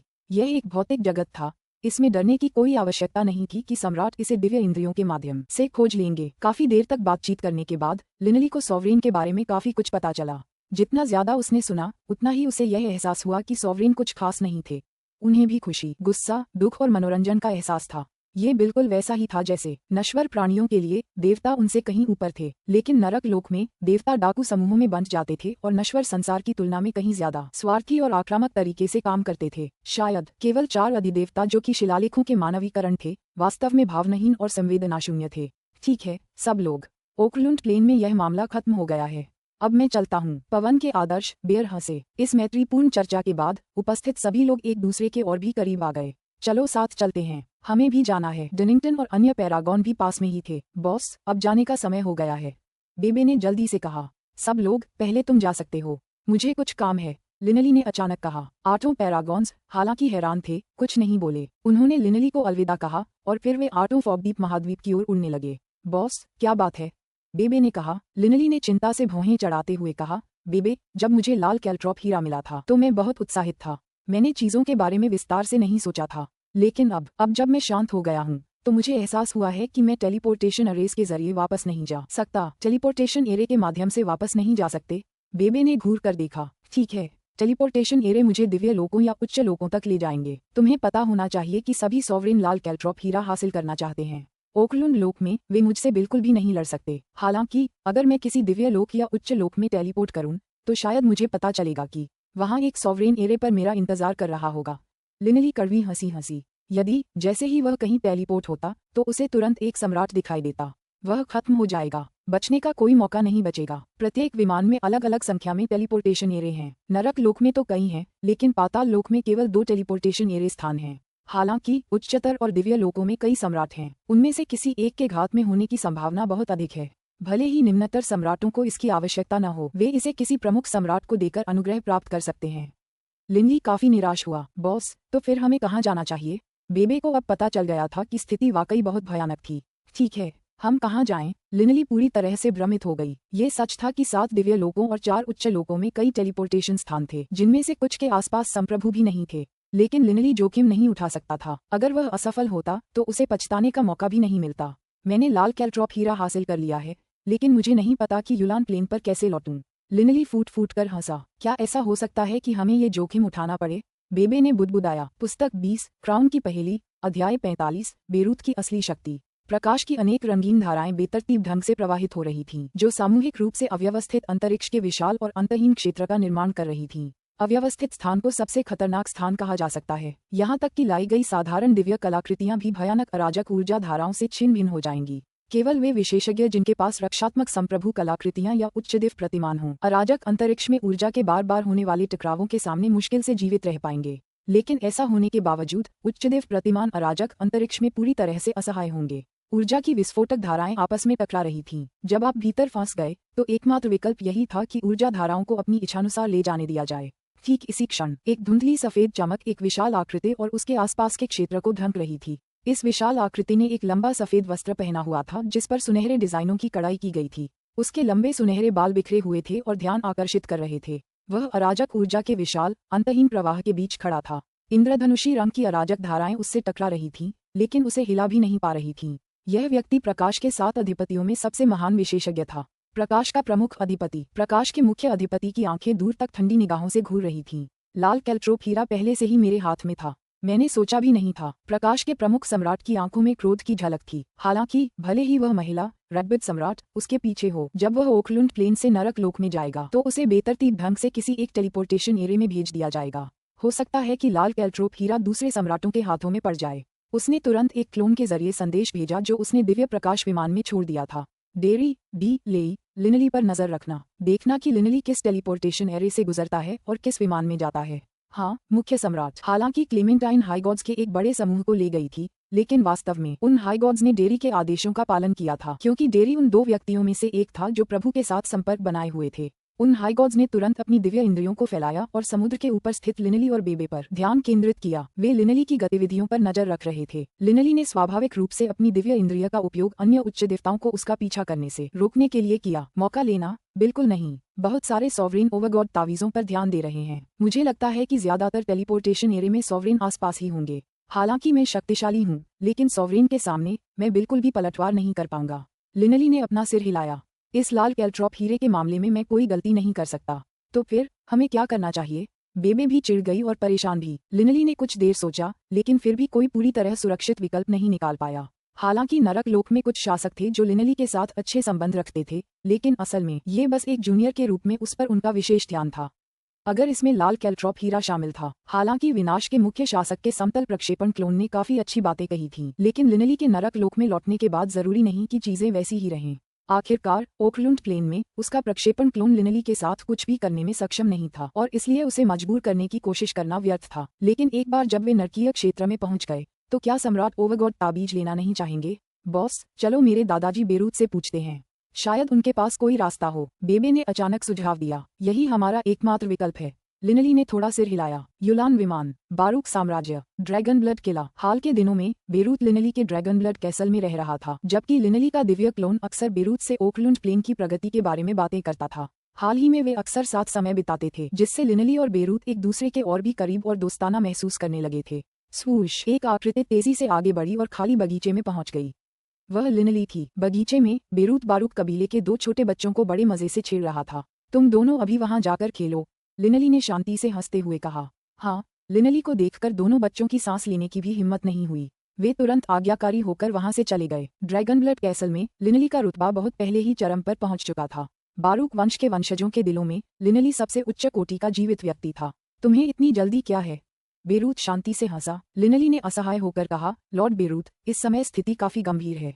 ओह, बेरूत ने भौहें चढ़ाते हुए गंभीरता से लिनली की ओर देखा। यही स्थिति है। मैंने लाल कैल्ट्रॉप हीरा तो हासिल कर लिया है, लेकिन मैं इस बात को लेकर काफी निराश हूँ कि मैं युलान प्लेन पर कैसे लौटूं। आखिरकार ओकलुंड के पास केवल 11 टेलीपोर्टेशन एरिया हैं जो 7 दिव्य प्लेन और 4 उच्च प्लेन तक ले जाते हैं। इतने सारे सॉवरेन हैं। मुझे चिंता है कि ज्यादातर टेलीपोर्टेशन एरिया पर शायद सॉवरेन नजर रख रहे होंगे। मेरे प्रकट होते ही वे शायद उसे हथियाने आएंगे। बेरूत ने थोड़ा सिर हिलाया। लिनली, क्या तुम लाल कैल्ट्रॉप हीरा अपने पास रखना चाहते हो? बेरूत ने अचानक कहा। हाँ। लिनली ने सिर हिलाया। अगर लिनली को लाल कैल्ट्रॉप हीरा किसी मुख्य शासक, जैसे विनाश के मुख्य शासक, को देना पड़े तो वह सीधे नरक लोक में टेलीपोर्ट हो सकता था। बहुत संभव है कि नरक लोक के दूसरे शासक मुख्य शासक की किसी चीज के लिए लड़ने की हिम्मत न करें। अगर लिनली झूठ बोले कि उसने इसे विनाश के मुख्य शासक को दे दिया है, तो वह कहीं और टेलीपोर्ट हो जाएगा। ये बहुत व्यवहारिक नहीं था। सबसे पहले, यदि वह झूठ बोले और दूसरों को धोखा देने के लिए विनाश के मुख्य शासक का उपयोग करे, तो वह विनाश के मुख्य शासक को धोखा देना होगा। दूसरी बात, अगर आसपास कोई और सॉवरेन होता, तो वे लिनली के आने और फिर तुरंत युलान प्लेन में वापस टेलीपोर्ट होने को यूं ही नहीं देखते। ज्यादा संभावना यही है कि जैसे ही लिनली ने टेलीपोर्टेशन स्टाफ को बताया कि वह कहाँ जा रहा है, उसका झूठ सबके सामने आ जाएगा। लाल कांटेदार हीरे के लिए हुई लड़ाई में जो कुछ हुआ, वह मुझे विस्तार से बताओ, बेरूत ने गंभीरता से कहा। ठीक है। उस समय 8 पैरागॉन और मैं लाइनहॉट सिटी पहुंचे। हम सब 3 शब्दों लाइनहॉट सिटी का असली मतलब जानने की कोशिश कर रहे थे और उनका क्या मतलब था। लिनली ने विस्तार से सब कुछ बताना शुरू किया, जिसमें यह भी शामिल था कि कैसे चीफ सॉवरेन ने एक प्रोजेक्शन क्लोन को उतारा था। जैसे ही बेरूत ने ये सुना, वह भौचक्का हो गया। प्रकाश का मुख्य शासक वास्तव में अराजक अंतरिक्ष में चला गया था और ओकलुंड प्लेन की ओर तेजी से बढ़ रहा था। बेरूत ने आश्चर्य से कहा। ठीक है, क्लीमेंटाइन ने मुझे बताया था। शायद यही वजह थी कि प्रकाश के प्रमुख शासक इतने क्रोधित थे। लिनली ने कहा। बेरूत में सन्नाटा छा गया। अगर आप इसे अपने लिए ले जा रहे हैं तो? बेरूत ने ध्यान से सोचा। लिनली, बेरूत ने अचानक कहा, चलो ऐसा करते हैं। तुम्हारा मूल शरीर और बेबे अभी ओकलुंड प्लेन में ही रहेंगे। ऐसा मानो तुम्हें अचानक कोई अंतर्दृष्टि मिल गई हो और बंद कमरे में प्रशिक्षण शुरू करो। खुद को लगभग 10 दिनों के लिए अंदर बंद कर लो। लॉर्ड बेरूत, क्या आप कह रहे हैं? लिनली थोड़ा स्तब्ध रह गया, लेकिन फिर उसे समझ आ गया। आप मुझे देर करने को कह रहे हैं। जैसे जैसे समय बीतता जाएगा, वे सॉवरेन टेलीपोर्टेशन एरिया के पास नहीं रहेंगे। लेकिन ये जरूरी नहीं कि सच हो। अगर सॉवरेन टेलीपोर्टेशन एरिया के आसपास के इलाके में प्रशिक्षण शुरू कर दें, तो वे आसानी से 1 करोड़ साल तक इंतजार कर सकते हैं। राजा महाराजाओं के पास अनंत जीवन था। उनके लिए 10 लाख साल का इंतजार क्या मायने रखता था? ये वजह नहीं है। बेरूत शांति से हंसा। थोड़ी देर बाद तुम्हें पता चल जाएगा। ठीक है। लिनली को अब भी बेरूत पर बहुत भरोसा था। बस लिनली हैरान था। बेरूत ने उसे 10 दिन तक ओकलुंड प्लेन में ही रहने को कहा था। क्यों? अराजक अंतरिक्ष के भीतर प्रकाश के मुख्य शासक पहले ही वापसी की राह पर चल पड़े थे। मुख्य शासक लिनली और बेबे को ओकलैंड विमान छोड़ने की कोई जल्दी नहीं है। उन्होंने अचानक वहीं समुद्र के ऊपर हवा में प्रशिक्षण शुरू कर दिया है। लगता है लिनली को किसी तरह की समझ आ गई है। बेबे उसके बगल में पहरा दे रही है। संचार कर्मचारियों ने तुरंत प्रकाश के मुख्य शासक को सूचना दी। उसे कोई अंतर्दृष्टि मिली। लिनली के कई दिव्य क्लोन हैं। एक पैरागॉन स्तर तक पहुंच गया है और बाकी भी अंतर्दृष्टि प्राप्त कर रहे हैं। उसकी प्रतिभा वाकई अद्भुत है। हालांकि प्रकाश के प्रमुख शासक के मन में लिनली के प्रति कोई सकारात्मक भावना नहीं थी, फिर भी उन्हें अपने मन में स्वीकृति की कुछ आह भरनी पड़ी। प्रकाश के मुख्य अधिपति की गति को देखते हुए उसी दिन वह दिव्य प्रकाश विमान पर वापस लौट आया। लिनली द्वारा लाल कैल्ट्रॉप हीरा प्राप्त करने के 11वें दिन ड्रैगन ब्लड कैसल के भीतर लिनली अपने पिता हॉग के साथ शराब पी रहा था और बातें कर रहा था। ठीक इसी समय बेरूत अचानक पास के दरवाजे से निकलकर वहां आया। लिनली, बेरूत ने गंभीरता से कहा, पिताजी, मैं पहले मिस्टर बेरूत के साथ चलूंगा। लिनली ने कहा। हॉग जानता था कि लिनली और बेरूत को कुछ जरूरी बात करनी है, इसलिए वह हंसकर वहां से चला गया। मेरे पीछे आओ, बेरूत ने शांति से कहा, फिर उड़ गया। लिनली जल्दी से उसके पीछे चला गया। स्वूश, बेरूत आगे की ओर उड़ गया। लिनली तेजी से पीछे से आ रही थी। इतनी जल्दी? लिनली चौंक गया कि वह वास्तव में लगभग तालमेल नहीं रख पा रहा था। लिनली के सभी दिव्य क्लोनों में भी आत्मा का उत्परिवर्तन हुआ था और उसके सभी शरीर बहुत शक्तिशाली थे और उनमें दृढ़ इच्छाशक्ति भी थी। वे सभी मिश्रित दिव्य शक्तियों का उपयोग करने में भी सक्षम थे। उसके दिव्य क्लोनों की गति उसके मूल शरीर से ज्यादा कम नहीं थी, फिर भी वह बेरूत के साथ तालमेल बिठाने में लगभग असमर्थ था। पलक झपकते ही लिनली और बेरूत यूलान महाद्वीप क्षेत्र से निकलकर दक्षिण सागर क्षेत्र में पहुंच गए। बेरूत अचानक रुक गया और लिनली भी रुक गई। लॉर्ड बेरूत, आप लिनली ने हैरान होकर कहा, क्या तुमने नहीं कहा था कि तुम यूलान प्लेन में वापस जाने का रास्ता जानना चाहते हो? बेरूत की आंखों में एक खास चमक थी। लिनली की ओर देखते हुए उसके होठों पर एक मुस्कान खिल उठी, जो मुस्कान नहीं थी। लिनली पूरी तरह से चकित था। रास्ता बहुत आसान है, अस्त व्यस्त अंतरिक्ष से गुजरो और यूलान महाद्वीप पर लौट आओ। बेरूत शांति से हंसा। अराजक अंतरिक्ष से गुजरना? लिनली चौंक गई। किंवदंतियों के अनुसार पैरागॉन भी अराजक अंतरिक्ष में असहाय हो जाते हैं। भगवान बेरूत, ये अराजक अंतरिक्ष बहुत भयानक है। उच्चदेव पैरागॉन जो इसके भीतर धकेले जाते हैं, वे धाराओं के साथ बह जाने के अलावा कुछ नहीं कर सकते। हालांकि मैं पैरागॉन से ज्यादा शक्तिशाली हूँ, फिर भी मैं अराजक अंतरिक्ष का सामना नहीं कर पाऊंगा।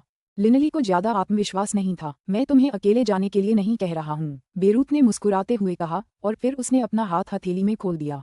हथेली के वार से उसने हवा को चीर दिया। गड़गड़ाहट। यूलान प्लेन की कमजोर स्थानिक दीवारें फट गईं, जिससे तुरंत एक विशाल स्थानिक दरार प्रकट हो गई। भौतिक लोग बहुत कमजोर थे। लिनली के स्तर पर विशेषज्ञ केवल तात्विक सार पर अपने नियंत्रण का उपयोग करके किसी भौतिक लोक के भीतर एक छोटे से पॉकेट आयाम को काट सकते थे, लेकिन निश्चित रूप से यह ऐसा कुछ था जो वे केवल भौतिक लोक में ही कर सकते थे। अगर यह नारकीय लोक या पाताल लोक होता तो ऐसा करना संभव नहीं था। हालांकि संप्रभु लोग मूल तत्व पर अपने भयानक नियंत्रण के माध्यम से अपना स्वतंत्र दिव्य विमान भी बना सकते थे। स्वतंत्र दिव्य विमान बनाम भौतिक विमानों से निर्मित पॉकेट आयाम। इससे शासकों और देवताओं के बीच शक्ति में भयानक अंतर का पता लगाया जा सकता है। मेरे पीछे आओ। बेरूत ने लिनली को पकड़ लिया, एक कदम आगे बढ़ाया, फिर उसे स्थानिक दरार के माध्यम से फेंक दिया। ये लॉर्ड बेरूत। लिनली चौंक गई। बेरूत ने उसे पकड़ लिया और सीधे यूलान प्लेन से बाहर खींचकर अराजक स्थान पर ले गया।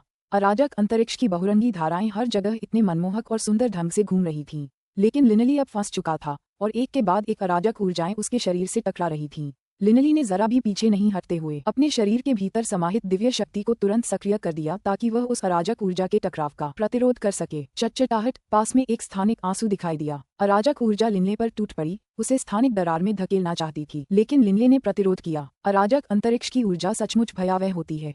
कोई आश्चर्य नहीं कि हाईगॉड पैरागॉन भी असहाय हैं। फिर भी मैं धारा के विपरीत बमुश्किल ही चल पा रहा हूँ। लिनली ने पाया कि पूरी ताकत के साथ भी वह अंतरिक्षीय प्रवाह का प्रतिरोध करने और आगे बढ़ने में सक्षम था। लिनली को ऐसा लग रहा था जैसे वह एक बच्चा था जो नदी के तेज बहाव में आगे बढ़ रहा था। लिनली, तुम्हें कैसा लग रहा है? बेरूत की आवाज गूंजी। लिनली ने मुड़कर देखा। बेरूत अराजक ऊर्जा की धाराओं के बीच एक फीकी मुस्कान के साथ वहां खड़ा था, उन पर बिल्कुल भी ध्यान नहीं दे रहा था। लॉर्ड बेरूत, आप? लिनली आश्चर्यचकित थी। यहाँ तक कि पैरागॉन्स भी ऊर्जा की अराजक धाराओं में बह जाएंगे। लेकिन बेरूत वहीं खड़ा रहा, अविचल। हाँ, अगर तुम इतनी धीमी गति से चलोगे तो हजारों साल भी तुम्हें यूलान प्लेन से ओकलैंड प्लेन तक पहुंचने के लिए काफी नहीं होंगे। बेरूत लिनली की गति देखकर हंसे बिना नहीं रह सका। ये कहते हुए बेरूत ने अपने शरीर से हरे रंग की रोशनी की एक किरण छोड़ी, जिसने लिनली को अपने भीतर समाहित कर लिया। अराजक अंतरिक्ष में खो जाना आसान है। आपका मूल शरीर ओकलैंड तल में है, इसलिए आपको सही दिशा पता होनी चाहिए। रास्ता दिखाओ। मैं जल्दी करूंगा। बेरूत ने लिनली को आगे बढ़ाया। हरी रोशनी की सुरक्षा में वे हरी बिजली की चमक में बदल गए और तुरंत गायब हो गए। पुस्तक 20 द क्राउन की पहेली, अध्याय 46। बेरूत, संप्रभु। ऊर्जा की अराजक धाराएं तेज गति से हर दिशा में फूट पड़ीं। बेरूथ के मार्गदर्शन में लिनली तेज गति से आगे बढ़े। लिनली अब पूरी तरह से स्तब्ध था। ये कैसे हो सकता है, इतनी भयानक गति से अस्त व्यस्त अंतरिक्ष में भी गति कर पाना। ये कहा जा सकता है कि वह अस्त व्यस्त ऊर्जा प्रवाह को पूरी तरह से अनदेखा कर रहा है।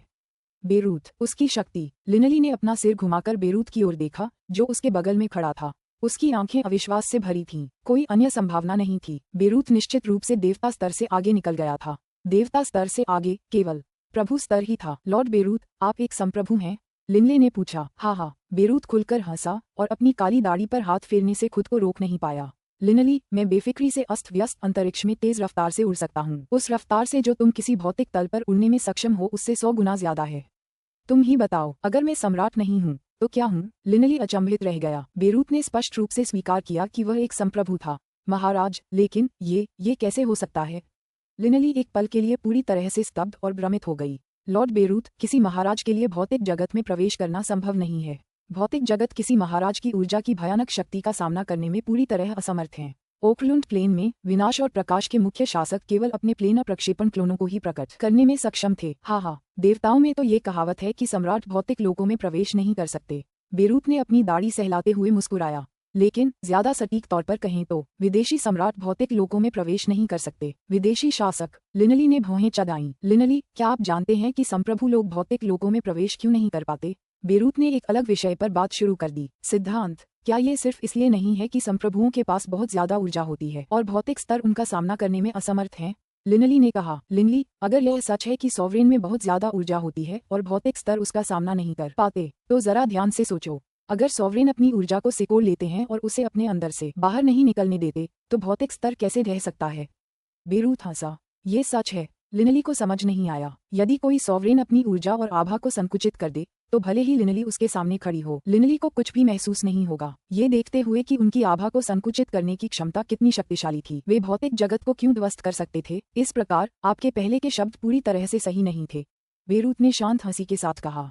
बेरूथ ने आह भरते हुए कहा, मुझे लगता है कि अगर आप इस पर तब तक भी सोचते रहेंगे जब तक आपका सिर दर्द करने न लगे, तब भी आप इसे नहीं समझ पाएंगे। तो फिर मैं आपको बता दूं, इसका संबंध आत्मा के जन्म से है।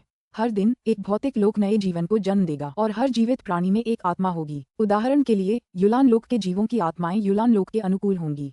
युलान लोक ही उनका घर है। लिनली मदद नहीं कर सका लेकिन सिर हिलाया। उसने भी यही महसूस किया जब वह युलान प्लेन में लौटा। हालांकि युलान प्लेन में तात्विक सार नारकीय क्षेत्र की तुलना में कहीं कम सघन था, लिनली को फिर भी बहुत सुकून महसूस हुआ। बस कुछ अलग सा एहसास हुआ। लिनली हमेशा सोचता था कि यह सिर्फ एक मनोवैज्ञानिक असर है, लेकिन अब लग रहा था कि ऐसा इसलिए था क्योंकि उसकी आत्मा युलान प्लेन में जन्मी थी। ये बात तो सही है, जब नश्वर लोग मरते थे तो उनकी आत्माएं पाताल लोक में प्रवेश कर जाती थीं और वे मरे हुए में बदल जाते थे। मरे हुए की मृत्यु के बाद उसकी आत्मा बिखर जाती थी और नष्ट हो जाती थी। जब देवता मर जाते थे तो उनकी आत्माएं बिखर जाती थीं और नष्ट हो जाती थीं। चूंकि आत्माएं नष्ट हो सकती हैं, इसलिए स्वाभाविक रूप से आत्माएं जन्म भी ले सकती हैं। जब प्रत्येक शिशु किसी भौतिक लोक में जन्म लेता है, जब प्रत्येक जादुई पशु जन्म लेता है, तो उन सभी को आत्माएं प्राप्त होती हैं। इन आत्माओं का स्वाभाविक रूप से उस लोक से एक विशेष संबंध होता है जहां से वे हैं। विदेशी सम्राट भौतिक लोकों में प्रवेश नहीं कर सकते। ऐसा उनकी आत्माओं के कारण होता है। उनकी आत्माएं इन भौतिक लोकों से पैदा नहीं हुई हैं, और जब वे किसी लोक में प्रवेश करेंगी तो स्वाभाविक रूप से भौतिक लोक उन्हें अस्वीकार कर देंगे। भौतिक लोकों और सम्राटों की ऊर्जाएं स्वाभाविक रूप से एक दूसरे को अस्वीकार कर देंगी, लेकिन चूंकि सम्राटों की ऊर्जाएं अत्यधिक शक्तिशाली होती हैं, वे पूरे लोक को ध्वस्त कर देंगी। बेरूथ ने विस्तार से बताया। लिनली को अब समझ आ गया, ये पारस्परिक अस्वीकृति ही थी जिसके कारण भौतिक जगत ध्वस्त हो गया। लेकिन अगर सम्राट की आत्मा का जन्म किसी खास भौतिक लोक में हुआ होता तो वह भौतिक लोक उसके घर जैसा होता। सम्राट बनने के बाद भी भौतिक लोक उन्हें अस्वीकार नहीं करता। चूंकि कोई अस्वीकृति नहीं होती, इसलिए सम्राट स्वाभाविक रूप से इस भौतिक लोक में प्रवेश कर पाते। बेरूथ हंसा। लॉर्ड बेरूथ, क्या आप ये कह रहे हैं कि यदि किसी सम्राट की मातृभूमि एक विशेष भौतिक लोक है तो वह उसी भौतिक लोक में वापस जा सकेगा, जबकि किसी अन्य लोक में प्रवेश नहीं कर सकेगा? लिनली ने कहा। ठीक है। बेरूथ शांति से हंसा। ब्रह्मांड के अनगिनत भौतिक स्तरों में से मेरा प्रभु शरीर केवल युलान स्तर में ही प्रवेश कर सकता है। बाकी भौतिक स्तरों में मैं प्रवेश नहीं कर सकता। अब सब कुछ स्पष्ट था। युलान विमान, हमारा घर। लिनली ने आह भरी। उनका जन्म युलान लोक में हुआ था और उनकी आत्मा भी वहीं से जन्मी थी। युलान लोक ही उनका घर था। चाहे उन्होंने कितनी भी शक्ति प्राप्त कर ली हो, युलान लोक, उनका घर, उन्हें, अपने बच्चे को कभी अस्वीकार नहीं करेगा। लॉर्ड बेरूथ, चूंकि आप एक संप्रभु हैं, तो फिर आपका संप्रभु शरीर उच्चतर लोकों में क्यों नहीं गया और यही युलान लोक में क्यों बना हुआ है? लिनली ने हैरानी से कहा। और हाँ, आपका दिव्य प्रतिरूप ब्लडरिज संप्रभु का दूत क्यों बना? मैंने अपने दिव्य क्लोन को दूत इसलिए बनाया क्योंकि मैं 4 दिव्य पशु कुल की मदद करना चाहता था। बेरूत शांति से हंसा। जहाँ तक मेरे प्रभु क्लोन के नरक लोक या किसी अन्य उच्च लोक में न जाने और हमारी मातृभूमि में छिपे रहने की बात है तो वह इसलिए है क्योंकि अगर मेरा प्रभु क्लोन हमारी मातृभूमि से चला गया तो प्रकाश का मुख्य प्रभु उसका पीछा करेगा और हमला करेगा। प्रकाश का मुख्य शासक पीछा करेगा और हमला करेगा। लिनले चौंक गया। ऐसा लग रहा था कि बेरूत दुश्मनों से छिप रहा था, इसीलिए वह वहां से नहीं गया। बेरूत का तरीका काफी कारगर था।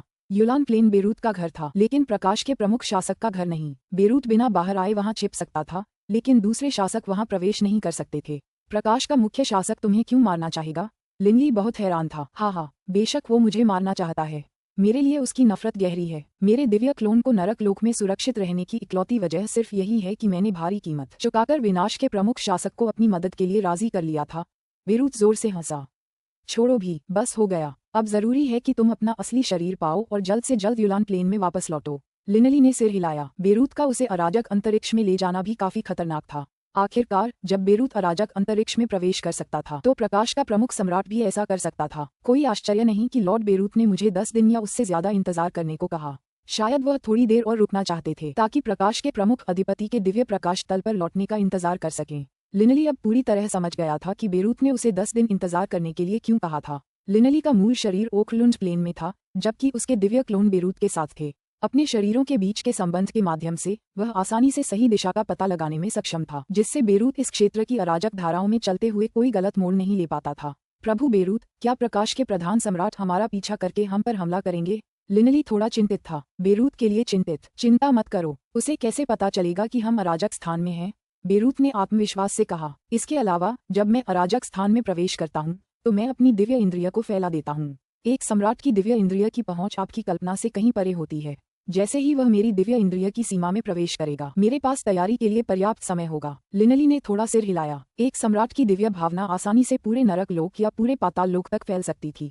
इसके अलावा ये स्पष्ट रूप से उनकी सीमा नहीं थी। इससे कोई कल्पना कर सकता था कि यह कितनी दूर तक पहुंच सकती थी, और इस प्रकार कोई यह भी कल्पना कर सकता था कि एक सम्राट की इच्छाशक्ति कितनी शक्तिशाली थी। यह एक आदर्श की इच्छाशक्ति से अनगिनत गुना अधिक शक्तिशाली थी। ओकलुंड विमान, गड़गड़ाहट, समुद्र की लहरें आगे बढ़ रही थीं। लिनली समुद्र के ऊपर ध्यानमग्न मुद्रा में बैठा था और बेबे उसके पास पहरा दे रही थी। अचानक लिनली ने आंखें खोलीं। उसके चेहरे पर एक हल्की सी मुस्कान थी। उसने मन ही मन कहा, बेबे, चलो अस्त व्यस्त जगह में प्रवेश करने की तैयारी करते हैं। अराजक अंतरिक्ष? बेबे चौंक गई। बॉस, क्या आप अराजक अंतरिक्ष से होकर यूलान प्लेन पर लौटने की तैयारी कर रहे हैं? हाँ, हालांकि मेरी अपनी शक्तियों से नहीं। लिनली मुस्कुराई। तो अगर तुम नहीं हो तो कौन? एक सम्राट। कौन सा सम्राट हमारी मदद करने को तैयार है? बेबे बहुत हैरान थी। तुम्हें जल्द ही पता चल जाएगा। लिनली जानबूझकर गुप्त थी। अपने शरीरों के बीच संबंध के माध्यम से लिनली स्पष्ट रूप से महसूस कर सकता था कि उसका दिव्य क्लोन और बेरूत पहले ही ओकलुंड प्लेन की बाहरी परिधि तक पहुंच चुके थे। चलो चलें। लिनली ने एक हाथ से बेबे को पकड़ लिया और साथ ही दूसरे हाथ से नीचे की ओर वार किया। एक विशाल अंतरिक्षीय दरार दिखाई दी जो एक अद्भुत आकर्षक बल के साथ आसपास के क्षेत्र को अपनी ओर खींचने लगी, यहाँ तक कि नीचे के समुद्री जल का एक बड़ा हिस्सा भी निगल गई। अंदर जाओ। लिनली आगे बढ़ी और बेबे को उस अराजक जगह में खींच लिया। इसके तुरंत बाद स्थानिक दरार धीरे धीरे ठीक होने लगी। समुद्र के ऊपर की हवा एक बार फिर शांत हो गई। लिनली एक स्थानिक दरार में प्रवेश कर गया। अराजक अंतरिक्ष में प्रवेश कर गया। लिनली पर नजर रख रहे हाइगॉड्स के 2 समूह बहुत हैरान थे। लिनली पर सिर्फ दिव्य प्रकाश तल की शक्तियां ही नजर नहीं रख रही थीं। नारकीय क्षेत्र, दिव्य पृथ्वी तल, दिव्य वायु तल की भी शक्तियां थीं। हर पक्ष ने लिनली और बेबे की गतिविधियों पर नजर रखने के लिए कई उच्च देवताओं को पीछे छोड़ रखा था, लेकिन ये तथ्य कि उन्होंने अराजक अंतरिक्ष में प्रवेश करने का विकल्प चुना था, बाकी सभी को पूरी तरह से स्तब्ध कर गया। वह अराजक अंतरिक्ष में प्रवेश कर गया।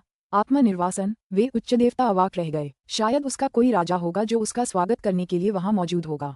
उच्च देव भी इसका अंदाजा लगा पाए।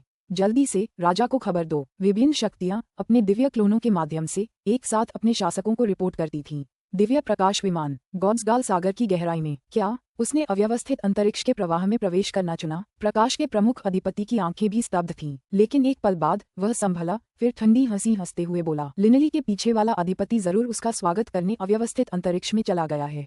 कौन हो सकता है? रेडबर्ड या फिर? प्रकाश के प्रमुख अधिपति के मन में अचानक एक नाम उभर आया। बेरूत। प्रकाश के मुख्य शासक की आंखों में हत्या की इच्छा का एक संकेत दिखाई दिया। ये बहुत संभव है कि बेरूत हो।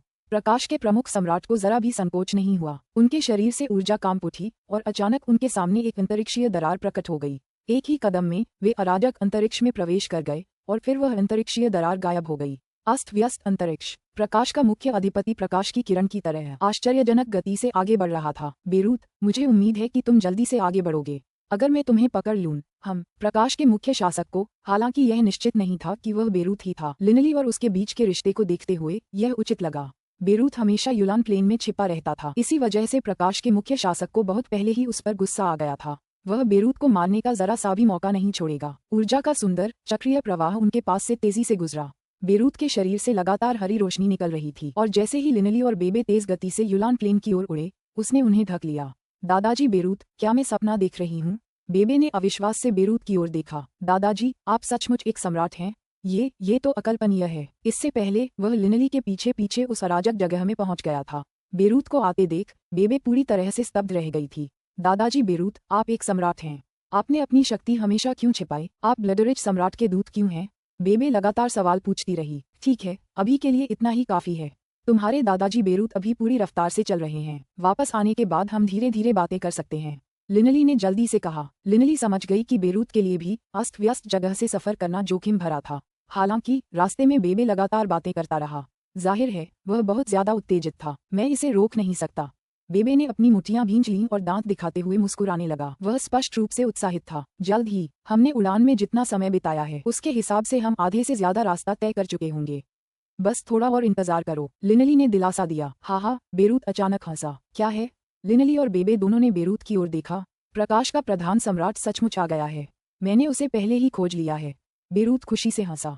क्या तुम अब भी जोर से हंस पा रहे हो? बेरूत के मन में एक गहरी गड़गड़ाती आवाज गूंजी। ये प्रकाश के अधिपति की आवाज थी। मैं हंस क्यों नहीं पा रहा हूँ?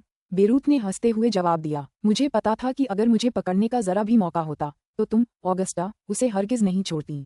लेकिन बदकिस्मती से तुम्हारी रफ्तार मुझसे तेज है, लेकिन तुम्हें जो दूरी तय करनी है वह कहीं ज्यादा है। तुम समय पर नहीं पहुंच पाओगी। पुस्तक 20, मुकुट की पहेली, अध्याय 47, युद्ध। प्रकाश के प्रमुख अधिपति लिनली और बेबे ने एक दूसरे को देखा। बेरूत की ओर मुड़ते ही उनके दिल दहल गए। बेरूत लिनली और बेबे को तेज गति से यूलान प्लेन की ओर ले जा रहा था और साथ ही दिव्य इंद्रियों के माध्यम से प्रकाश के प्रमुख अधिपति से बातचीत भी कर रहा था। हाँ, ऑगस्टा, जैसा कि मैं समझ रहा हूँ, तुम्हें अपने दिव्य प्रकाश प्लेन पर वापस लौट जाना चाहिए। मेरे पीछे भागना समय की पूरी बर्बादी है। उसके बाद तुम्हें अपने प्रयासों का कोई नतीजा नहीं निकालकर वापस लौटना पड़ेगा। बेरूत की उपहासपूर्ण हंसी उसके शब्दों में छिपी हुई थी। हम अभी कुछ कहना जल्दबाजी होगी। तुम्हारे और यूलान प्लेन के बीच अभी भी काफी दूरी है। तुम्हें बस यही उम्मीद करनी चाहिए कि तुम पहले यूलान प्लेन में प्रवेश कर सको। अगर मैं तुम्हें पकड़ लूंगा तो तुम और तुम्हारे साथ के दोनों लोग जरूर मर जाओगे। प्रकाश के प्रमुख शासक का चेहरा काफी भयावह था। अस्त व्यस्त अंतरिक्ष में उसके और बेरूत के बीच की दूरी काफी ज्यादा थी और वह इस समय आश्चर्यजनक गति से आगे बढ़ रहा था। गति के मामले में वह वाकई बेरूत से कहीं ज्यादा तेज था। दुर्भाग्य से उच्चतर लोक और दिव्य लोक आरंभ में भौतिक लोकों से बहुत दूर थे। हालांकि अधिकांश भौतिक लोक एक ही क्षेत्र में स्थित थे। तुलनात्मक रूप से ओकलुन लोक और यूलान लोक के बीच की दूरी ओकलुन लोक और दिव्य प्रकाश लोक के बीच की दूरी से 10 गुना कम थी। हाँ, तो फिर पीछा करते रहो। बेरूत ने और कुछ नहीं कहा। अराजक अंतरिक्ष के विशाल अंतहीन विस्तार में एक पक्ष तेजी से आगे बढ़ रहा था जबकि दूसरा पक्ष पीछा कर रहा था। नारकीय क्षेत्र। लिनली सचमुच अराजक अंतरिक्ष में प्रवेश कर गया है। एक आकृति जो पूरी तरह से काली आभा से ढकी हुई थी धीमी आवाज में सोचती रही, फिर हंस पड़ी। लगता है लिनली सचमुच ओवरगॉड ताबीज छोड़ने या किसी और सम्राट को देने को तैयार नहीं है। वह बेरूत जो उसके पीछे खड़ा है उसमें वाकई बहुत हिम्मत है। नारकीय क्षेत्र। रेडबर्ड महाद्वीप। एमेथिस्ट पर्वत। बेरूत के अलावा वहां कोई और हो ही नहीं सकता। रेडबर्ड सॉवरेन भी आसानी से अंदाजा लगा सकते थे कि क्या हुआ था। बेरूत कितना सतर्क है, इसे देखते हुए कोई समस्या नहीं होनी चाहिए। ये खबर कि लिनली ने एक स्थानिक दरार को तोड़ दिया था और फिर बेबे के साथ उसमें प्रवेश कर गया था उच्च देवताओं द्वारा विभिन्न शासकों को तुरंत वापस भेज दी गई थी। ये केवल विभिन्न कानूनों और आदेशों के मुख्य शासकों तक ही सीमित नहीं था। अन्य शासकों ने भी लिनली की गतिविधियों पर नजर रखने के लिए लोगों को भेजा था। दिव्य पवन विमान। हम यूलान प्लेन से ओकलुंड प्लेन तक। बहुत बढ़िया। मेरा वतन डायलन प्लेन उनके बीच में ही है। ये खबर मिलते ही एक बाज जैसी नाक वाला, चांदी जैसे बालों वाला आदमी दिव्य पवन प्लेन के टेलीपोर्टेशन व्यूह की ओर तेजी से उड़ने लगा। जल्द ही वह व्यूह तक पहुंच गया। Dylan plane. पवन सम्राट टेरेसिया ने शांतिपूर्वक कहा और अपना संप्रभु पदक दिखाया। हाँ, सैनिकों ने आलस्य से काम लेने की हिम्मत नहीं की। उन्होंने तुरंत टेलीपोर्टेशन एरे चालू कर दिया और रोशनी चमकने और टिमटिमाने लगी। पलक झपकते ही पवन अधिपति टेरेसिया अपने वतन पहुंच गए। भौतिक लोक, जिसे डायलन लोक कहते हैं, उन्होंने तुरंत एक अंतरिक्षीय दरार को चीर दिया, फिर अस्त व्यस्त अंतरिक्ष में प्रवेश कर गए। उन्होंने तुरंत अपनी दिव्य भावना का प्रसार किया। टेरेसिया के होठों के कोनों पर हल्की सी मुस्कान तैर गई। बेरूत, क्या ही अनोखा मौका है। तुम तो सचमुच यूलान प्लेन से उतर गए। तुम सचमुच यूलान विमान से उतर गए। यह आवाज बेरूत के दिमाग में गूंजी और बेरूत का चेहरा उतर गया। दादाजी बेरूत, क्या बात है? बेबे ने देखा कि बेरूत के चेहरे पर उदासी थी और उसने जल्दी से पूछा। लिनली ने भी चिंता से बेरूत की ओर देखा। बेरूत के चेहरे पर एक अजीब सा भाव था। लिनली, बेबे, हालात बहुत बुरे हैं। वह टेरेसिया हमारे बहुत करीब है और हमारे और घर के बीच में है। उसकी गति को देखते हुए शायद वह जल्द ही हमसे टकरा जाएगा। टेरेसिया, लिनली और बेबे दोनों ने एक दूसरे की ओर देखा। पवन की अधिपति टेरेसिया लिनली को जानती थी। जब स्काईमाउंट प्रांत मोल्डे के लॉर्ड प्रीफेक्ट ने ओवरगॉड मिशन की जानकारी जारी की थी तो टेरेसिया ने लिनली को धमकी दी थी कि वह उसे 9 आत्मा मोती सौंपने के लिए मजबूर करेगी। अगर ब्लडरिज अधिपति का हस्तक्षेप न होता तो लिनली को टेरेसिया द्वारा मार दिया जा सकता था। दादाजी, यह कोई समस्या नहीं है ना? बेबे ने चिंतित होकर कहा। ये टेरेसिया पवन की एक छोटी शासक है। मैं भी पवन की एक छोटी शासक हूँ।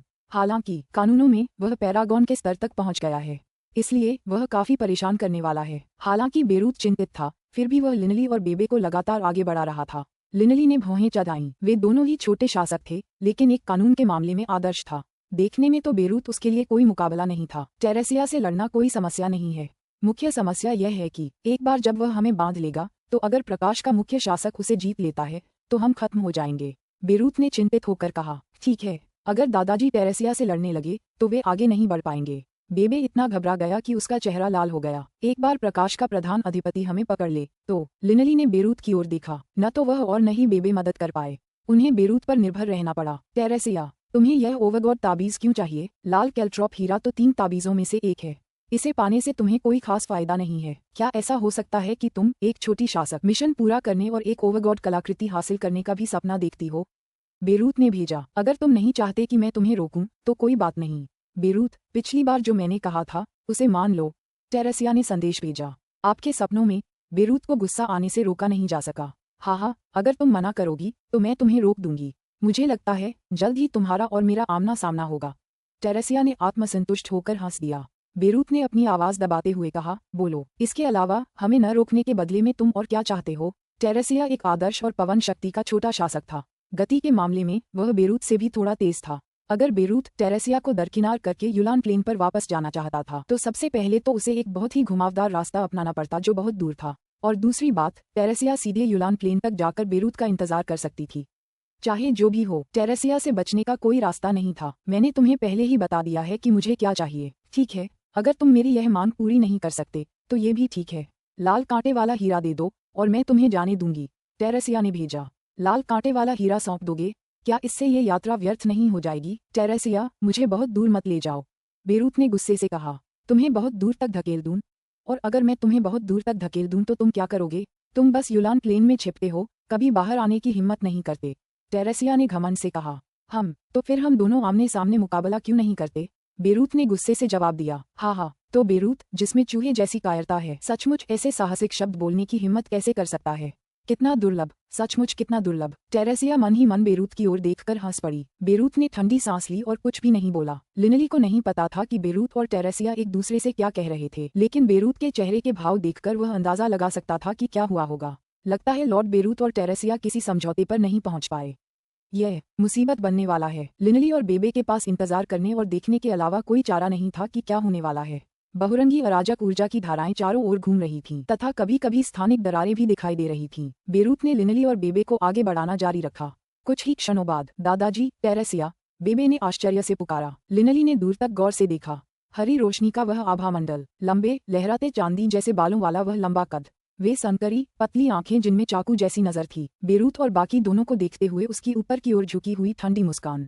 बेरूत, टेरेसिया बोली। टेरेसिया, बेहतर होगा कि तुम अभी चली जाओ, बाद में तुम नहीं जा पाओगी। बेरूत की निगाहें ठंडी थीं। हमफ, टेरेसिया का चेहरा अचानक बदल गया। तुमने असल में एक हेल्पर को सूचित कर दिया था। बिल्कुल, जैसे ही मैंने तुम्हें देखा मैंने तुरंत सूचना दे दी। बेरूत ने ठंडे स्वर में कहा। बस एक छोटा अग्नि सम्राट। क्या तुम्हें लगता है कि मैं डर रही हूँ? टेरेसिया तिरस्कार से हंसी। 10 से भी कम सम्राट ऐसे हैं जो आदर्श बन गए हैं। ऐसे बहुत कम सम्राट हैं जो मुझे हरा सकें। कम से कम तुम तो उनमें से नहीं हो। मुझे लगता है कि तुम्हारा सहायक भी मेरा मुकाबला नहीं कर पाएगा। लिनली ने बेरूत को बेचैनी से संदेश भेजा। लॉर्ड बेरूत, टेरेसिया साफ तौर पर देरी कर रही है। वह जितनी देर करेगी हमारे लिए उतना ही बुरा होगा। मुझे पता है। बेरूत ने लिनली की तरफ आंख मारी। चिंता मत करो लिनली, सब कुछ वैसा ही है जैसा मैंने सोचा था। बेरूत की शांति को देखकर लिनली प्रभावित हुए बिना नहीं रह सकी और उनका आत्मविश्वास बढ़ा।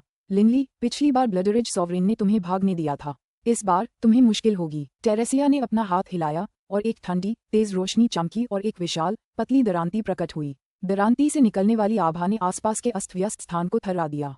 उसका शरीर चमक उठा, फिर किसी अजगर की तरह उड़ते हुए उसने किलोमीटरों की दूरी को चीरते हुए बेरूत की ओर धावा बोल दिया, मानो उसकी दरांती में आसमान को चकनाचूर करने की ताकत हो। लिनली, बेबे को ले लो और युलान प्लेन की दिशा में जल्दी चलो, मैं थोड़ी देर में वहां पहुंच जाऊंगा। बेरूत ने घबराकर संदेश भेजा। हाँ, लिनली ने जरा भी संकोच नहीं किया। बेरूत के हाथ में अचानक एक लंबी काली लाठी आ गई। वह लाठी अचानक 100 मीटर लंबी और कई मीटर चौड़ी हो गई और बुरी तरह टूट गई। क्लैंग, भयानक तलवार ने अस्त व्यस्त स्थान को चीर दिया और सीधे लंबे काले डंडे पर टूट पड़ी, लेकिन वह उसे केवल थोड़ा सा हिलाने में ही सक्षम रही। बेबे, चलो चलें। लिनली ने बेबे को पकड़ लिया और तुरंत अराजक अंतरिक्ष के प्रवाह का विरोध करने और युलान प्लेन की ओर तेजी से बढ़ने के लिए कड़ी मेहनत की। बॉस, दादाजी ठीक होंगे ना? बेबे ने चिंतित होकर कहा। अगर हम पीछे रह गए तो तुम्हारे दादाजी बेरूत पर हमारा बुरा असर पड़ेगा। लिनली स्थिति को अच्छी तरह समझ गया। अगर टेरेसिया बेरूत को धमकाने के लिए हम पर हमला करे तो ये बहुत बड़ी मुसीबत होगी। चलो अभी चलते हैं। बेरूत की लड़ाई खत्म होने के बाद वह हमें पकड़ लेगा। हालांकि उसने ये कहा, फिर भी लिनली मन ही मन चिंतित था। यदि बेरूत और टेरेसिया बहुत लंबे समय तक लड़ते रहे और प्रकाश के मुख्य शासक ने उन्हें पकड़ लिया तो क्या किया जाना चाहिए था? गड़गड़ाहट। अचानक हवा जैसी ऊर्जा का एक भयानक उछाल आया जो लिनली के शरीर से टकराया, जो 1000 किलोमीटर से भी अधिक दूर उड़ गया था। स्वूश। लिनली ने वास्तव में उस उछाल से गति उधार ली और भी तेजी से भाग गया। ये सचमुच संप्रभुओं के बीच की लड़ाई है। 1000 किलोमीटर दूर से आने वाली बची हुई ऊर्जा तरंगे भी पैरागॉन्स के प्रहारों से कहीं ज्यादा शक्तिशाली हैं। लिनली मन ही मन चौंक गया। वह बेबे को पकड़े हुए उन्मत्त होकर आगे बढ़ा। लिनली और बेबे लगातार आगे बढ़ते रहे। कुछ ही पल बाद, बॉस, आगे कोई और भी है, बेबे ने चौंकते हुए कहा। एक और सॉवरेन। लिनली का चेहरा तुरंत राख सा हो गया। बेरूत पहले से ही टेरेसिया को पीछे से रोक रहा था। यदि कोई अन्य सॉवरेन आ गया तो वह या बेबे कैसे विरोध कर सकते थे? दूर से एक तेज रोशनी चमकी। कुछ ही पल बाद वह लिनली और बेबे के पास पहुंची। लिनली और बेबे ने उस व्यक्ति को ध्यान से देखा और जैसे ही उसकी गति धीमी हुई वे साफ देख पाए कि वह कौन था। ये है। लिनली और बेबे दोनों दंग रह गए। लंबे काले बाल, लंबा सफेद चोगा, लाल सुर्ख भौहें, ब्लू फायर। लिनली ने सदमे में पुकारा। उन्होंने कभी सोचा भी नहीं होगा कि वह नया आगंतुक ब्लू फायर था और ब्लू फायर के शरीर के चारों ओर की आभा से अंदाजा लगा रहा था कि वह अग्नि प्रकार की संप्रभु शक्ति का प्रयोग कर रहा था। साफ है, ब्लू फायर अग्नि का संप्रभु था। मिस्टर लेलिन, आप? लिनली पूरी तरह से घबरा गई। मिस्टर लेलिन, आप सॉवरेन कैसे बन गए? बेबे ने आश्चर्य से पुकारा। केवल सॉवरेन ही अराजक अंतरिक्ष में इतनी गति से चल सकते हैं। ब्लू फायर, तुम आ गए। एक हरा धब्बा तेज गति से पीछे से आया। बेरूत, ब्लू फायर ने उसकी ओर देखते हुए मुस्कुराया। तुम लिनली और बेबे को साथ लेकर जल्दी से युलान प्लेन की ओर लौटो। मैं इस टेरेसिया को भगाने में तुम्हारी मदद करूंगा। मैं उससे निपटने के लिए काफी हूँ। उससे लड़ते हुए युलान प्लेन की दिशा में आगे बढ़ो। चाहे कुछ भी हो जाए, प्रकाश के प्रमुख सम्राट को अपने ऊपर हावी मत होने दो। बेरूत ने निर्देश दिया। चिंता मत करो, गति के मामले में मैं तुमसे थोड़ा तेज हूँ। ब्लू फायर मुस्कुराया। लिनली, बेबे, चलो चलें। बेरूत ने बिना कोई शब्द गनवाए तुरंत लिनली और बेबे को एक बार फिर युलान प्लेन की ओर ले गया। ब्लू फायर, जिसका पूरा शरीर एक धधकती आभा से ढका हुआ था, बड़े आत्मविश्वास से अराजक मुस्कान के बीच खड़ा था और मुस्कुराते हुए उस जर्जर दिखने वाली टेरेसिया को देख रहा था जो उसका पीछा कर रही थी। टेरेसिया, तुम लाल कैल्ट्रॉप हीरा छीनकर उसे प्रकाश के प्रमुख अधिपति को अर्पित करना चाहती हो? हार मान लो, तुम्हारे पास कोई मौका नहीं है। पुस्तक 20, मुकुट की पहेली, अध्याय 48, सफलता। अस्त व्यस्त जगह में एक हरा धब्बा और एक लाल धब्बा हवा में एक दूसरे को घूर रहे थे। तुम? टेरेसिया ने ब्लू फायर को ध्यान से देखा। वह भाग्यशाली बच्चा, भाग्यशाली। ब्लू फायर मुस्कुराया, फिर सिर हिलाया। ठीक है। ब्लू फायर ने टेरेसिया की ओर ध्यान से देखा। तुम्हारे चेहरे को देखकर लगता है कि बेरूत से लड़ाई में तुम्हें कोई फायदा नहीं हुआ। एक छोटा शासक जो एक आदर्श भी है, बेरूत के अंतिम हमलों के सामने उतना अच्छा प्रदर्शन नहीं कर पाता। वह पागल है। जब टेरेसिया ने बेरूत के साथ अपनी पिछली लड़ाई के बारे में सोचा तो वह क्रोधित हुए बिना नहीं रह सका। बेरूत ने एक के बाद एक कई प्रहार किए जो समुद्र की जंगली अंतहीन लहरों की तरह आगे बढ़ रहे थे। वह पागलों की तरह था, बस बेतहाशा नीचे गिर रहा था। टेरेसिया बड़ी मुश्किल से खुद को हारने से बचा पाए। बेरूत को अपने संप्रभु हथियार के मामले में भी बढ़त हासिल है। टेरेसिया ने मन ही मन कहा। संप्रभु कलाकृतियां सभी साधारण कलाकृतियां थीं जिन्हें एक संप्रभु की इच्छा और शक्ति द्वारा निरंतर पोषित किया गया था। लंबे समय के बाद वे एक संप्रभु कलाकृति का रूप ले लेती थीं। लेकिन जो कलाकृतियां बनाई गईं, उनमें आमतौर पर शक्ति का स्तर अलग अलग नहीं था, जब तक कि वस्तुओं की मूल सामग्री की गुणवत्ता में बहुत अंतर न हो। उदाहरण के लिए अन्य संप्रभुओं की कलाकृतियां साधारण खनिज अयस्कों से बनी हो सकती हैं, जबकि बेरूत की कलाकृतियां दिव्य चिंगारी सार से बनाई गई थीं। बेशक इन दो संप्रभु कलाकृतियों में अंतर होगा। बेरूत एक दिव्य राक्षस गॉडिटर रैट के रूप में अत्यंत शक्तिशाली शरीर रखता था। उसकी संप्रभु इच्छाशक्ति के साथ मिलकर उसके भौतिक हमले बेहद भयानक थे। इसके अलावा जन्मजात दिव्य क्षमता गॉडिटर के कारण बेरूत की आत्मिक रक्षा भी अविश्वसनीय रूप से भयानक हो गई थी। हालांकि वे दोनों ही छोटे संप्रभु थे, यहाँ तक कि टेरेसिया, जो कानून में एक आदर्श बन चुकी थी, को भी बेरूत को हराना मुश्किल लगा। बेरूत की जन्मजात प्रतिभाएं अविश्वसनीय हैं। उसकी तुलना पूर्व के 4 दिव्य प्राणियों से की जा सकती है। तो फिर तुम्हारा क्या तुम्हें लगता है कि तुम मुझे रोक सकते हो? टेरेसिया ने उसका हाथ बढ़ाया और वह बर्फीला दरांती एक बार फिर उसके हाथ में आ गया। ओह, ब्लूफायर हल्के से मुस्कुराया। अचानक उसके हाथों में एक तेज लंबा भाला प्रकट हुआ और भाले की नोक की तीक्ष्णता से मानो आसपास का अस्त व्यस्त स्थान कांप उठा। तो फिर आओ, ब्लूफायर अचानक मुस्कुराया। लंबा भाला पकड़े हुए दाहिना हाथ अचानक कांप उठा, जिससे 100 मीटर के दायरे में चारों ओर का क्षेत्र भंवर की तरह घूमने लगा। लेकिन ब्लूफायर और टेरेसिया के बीच की लड़ाई अभी काफी है। बेरूत का 3 लोगों का समूह तेज रफ्तार से यूलान प्लेन की ओर तेजी से बढ़ रहा था। सौभाग्य से ब्लूफायर काफी तेज था। हालांकि मुझे अभी भी तुम दोनों को लेकर जाना है, लेकिन लगता है कि प्रकाश के प्रमुख सम्राट उसे पकड़ नहीं पाएंगे। बेरूत की दिव्य इंद्रिय ने उसे बता दिया था कि प्रकाश के प्रमुख सम्राट कितनी दूर हैं। दोनों पक्षों की गति के आधार पर वह आसानी से बता सकता था कि प्रकाश के प्रमुख सम्राट उसे पकड़ पाएंगे या नहीं। लॉर्ड बेरूत, मिस्टर लेलिन एक सॉवरेन कैसे बन गए? लिनली हैरान थी। उस समय प्लेनर युद्ध क्षेत्र में क्या मिस्टर लेलिन एक आदर्श नहीं थे? अगर मिस्टर लेलिन प्लेनर युद्ध के दौरान एक सॉवरेन थे, तो जब मैग्नस मेरे बॉस को मारना चाहता था तो वह पहले क्यों नहीं आए? बेबे ने हैरान होकर कहा। ब्लूफायर मेरे जैसा ही है। उसका सॉवरेन क्लोन अन्य दिव्य विमानों या उच्चतर विमानों में प्रवेश करने में सक्षम नहीं है, बेरूत ने आह भरते हुए कहा। प्लेनर युद्ध क्षेत्र में प्रवेश करने वाला ब्लूफायर बस उसका मूल शरीर और उसका दिव्य पृथ्वी प्रतिरूप था। उसका दिव्य अग्नि प्रतिरूप यूलान प्लेन के भीतर ही रह गया। बेरूत हंसते हुए समझा रहा था। मूल शरीर? लिनली तुरंत समझ गई। ब्लूफायर के भी 3 शरीर होने चाहिए थे, एक संत स्तरीय मूल शरीर, एक अग्नि प्रकार का दिव्य क्लोन और एक पृथ्वी प्रकार का दिव्य क्लोन। ब्लूफायर का अग्नि प्रकार का दिव्य क्लोन एक संप्रभु बन गया था। जब उसका संत स्तरीय मूल शरीर उसके पृथ्वी प्रकार के दिव्य क्लोन से जुड़ता था तो स्वाभाविक रूप से उसे एक उच्च दिव्यता का देवलोक प्राप्त होता था। जहाँ तक संप्रभु शक्ति का प्रश्न है, वह अपने संप्रभु क्लोन से उधार ले सकता था। जहाँ तक नियमों के गहन रहस्यों का प्रश्न है, उनका संत स्तरीय मूल शरीर स्वाभाविक रूप से अग्नि के नियमों को समझेगा। जहाँ तक इच्छा शक्ति का प्रश्न है, एक सॉवरेन बनने पर ये देखते हुए कि उसके सॉवरेन क्लोन की इच्छा शक्ति कितनी शक्तिशाली थी, हालांकि उसके अन्य क्लोनों की इच्छा शक्ति बहुत कमजोर होगी, फिर भी वे पैरागॉन की इच्छा शक्ति के बराबर होंगे। कोई आश्चर्य नहीं। लिनली ने आह भरी। दादाजी बेरूत, आपने अभी तक यह नहीं बताया कि मिस्टर लेलिन सॉवरेन कैसे बने। यह बेरूत क्षण भर के लिए झिझका, फिर सिर हिलाया। ये काफी जटिल है, मैं इसे थोड़े समय में पूरी तरह समझा नहीं पाऊंगा। यूलान प्लेन पर वापस लौटने के बाद मैं तुम्हारे साथ इस पर विस्तार से चर्चा करूंगा। ब्लूफायर और मैं इस पूरे समय लिनली को गढ़ रहे हैं। लिनली, तुम्हारी वर्तमान ताकत को देखते हुए अब समय आ गया है। लिनली को थोड़ी उलझन महसूस हुई। हालांकि चूंकि वे भाग रहे थे, इसलिए विस्तार से बात करने का ये सही समय नहीं था। वे आगे की ओर उड़ते रहे। फुफ, ऊर्जा की अराजक धाराएं हर जगह बह रही थीं और अंतरिक्ष लगातार टूट रहा था और ढह रहा था। लिनली का 3 लोगों का समूह काफी देर तक तेज गति से आगे बढ़ता रहा। वे यूलान प्लेन के करीब पहुंच रहे थे और इसी दौरान पीछे से ऊर्जा का एक उभार तेज गति से उनकी ओर बढ़ा। लिनली, बेबे। जैसे ही वह आकृति उनके पास आए, वह कोमल आवाज गूंजी, मिस्टर लेलिन। लिनली और बेबे ने देखा। नवागंतुक लेलिन ब्लूफायर था। ब्लूफायर एक सॉवरेन था और एक आदर्श भी। अग्नि के नियमों के विशेषज्ञ गति में माहिर थे। ब्लूफायर की गति स्वाभाविक रूप से बेरूत से कुछ ज्यादा तेज थी। चूंकि बेरूत अपने साथ 2 लोगों को भी ला रहा था, इसलिए बेरूत की गति स्वाभाविक रूप से और भी धीमी हो गई। ये स्वाभाविक ही था कि ब्लूफायर उसके साथ तालमेल बिठाने में कामयाब रहा। ब्लूफायर, टेरेसिया कैसी थी? उससे निपटना थोड़ा मुश्किल था, है ना? बेरूत हंसते हुए बोला। जाहिर है, पवन के आदर्श से निपटना मुश्किल होगा। ब्लूफायर शांति से हंसा। लेकिन मैं भी एक आदर्श सम्राट हूँ। मैं उसका कुछ नहीं बिगाड़ पाया, लेकिन वह भी मेरा कुछ नहीं बिगाड़ पाया। अब जब हम दोनों यहाँ हैं, तो स्वाभाविक रूप से टेरेसिया यहाँ आकर अपने लिए और ज्यादा दुख न्योता देने की हिम्मत नहीं करेगा। आप सब आदर्श हैं, लेकिन मैं। बेरूत ने आह भरी। सचमुच आदर्श बनना बहुत मुश्किल है। ये सचमुच है। लिनली ने भी सिर हिलाया। बाहरी दुनिया के लिए कहानी यही थी कि वह एक पैरागॉन था, लेकिन लिनली, जाहिर है, जानता था कि उसकी शक्ति पैरागॉन होने से नहीं, बल्कि उसकी 4 तरफा आत्मा उत्परिवर्तन से आती थी। हाँ, बेरूत अचानक हंस पड़ा। यूलान विमान आगे है। प्रकाश के प्रमुख सम्राट इस पूरे समय व्यर्थ ही हमारी ओर तेजी से आ रहे थे। बेरूत काफी आत्मसंतुष्ट था। बोलते बोलते वे चारों दूर खड़े विशाल विमान की सीमा पर पहुंच गए। लिनली की आंखें चमक उठीं। वे उस अराजक अंतरिक्ष के प्रवाह के केंद्र से दूर विमान के किनारों की ओर उड़ गईं। युलान विमान, हम यहाँ हैं। लिनली बेहद उत्साहित महसूस कर रही थी। युलान प्लेन पर पहुंचकर वह आखिरकार सुरक्षित रूप से ओवरगॉड को बुला पाएगा।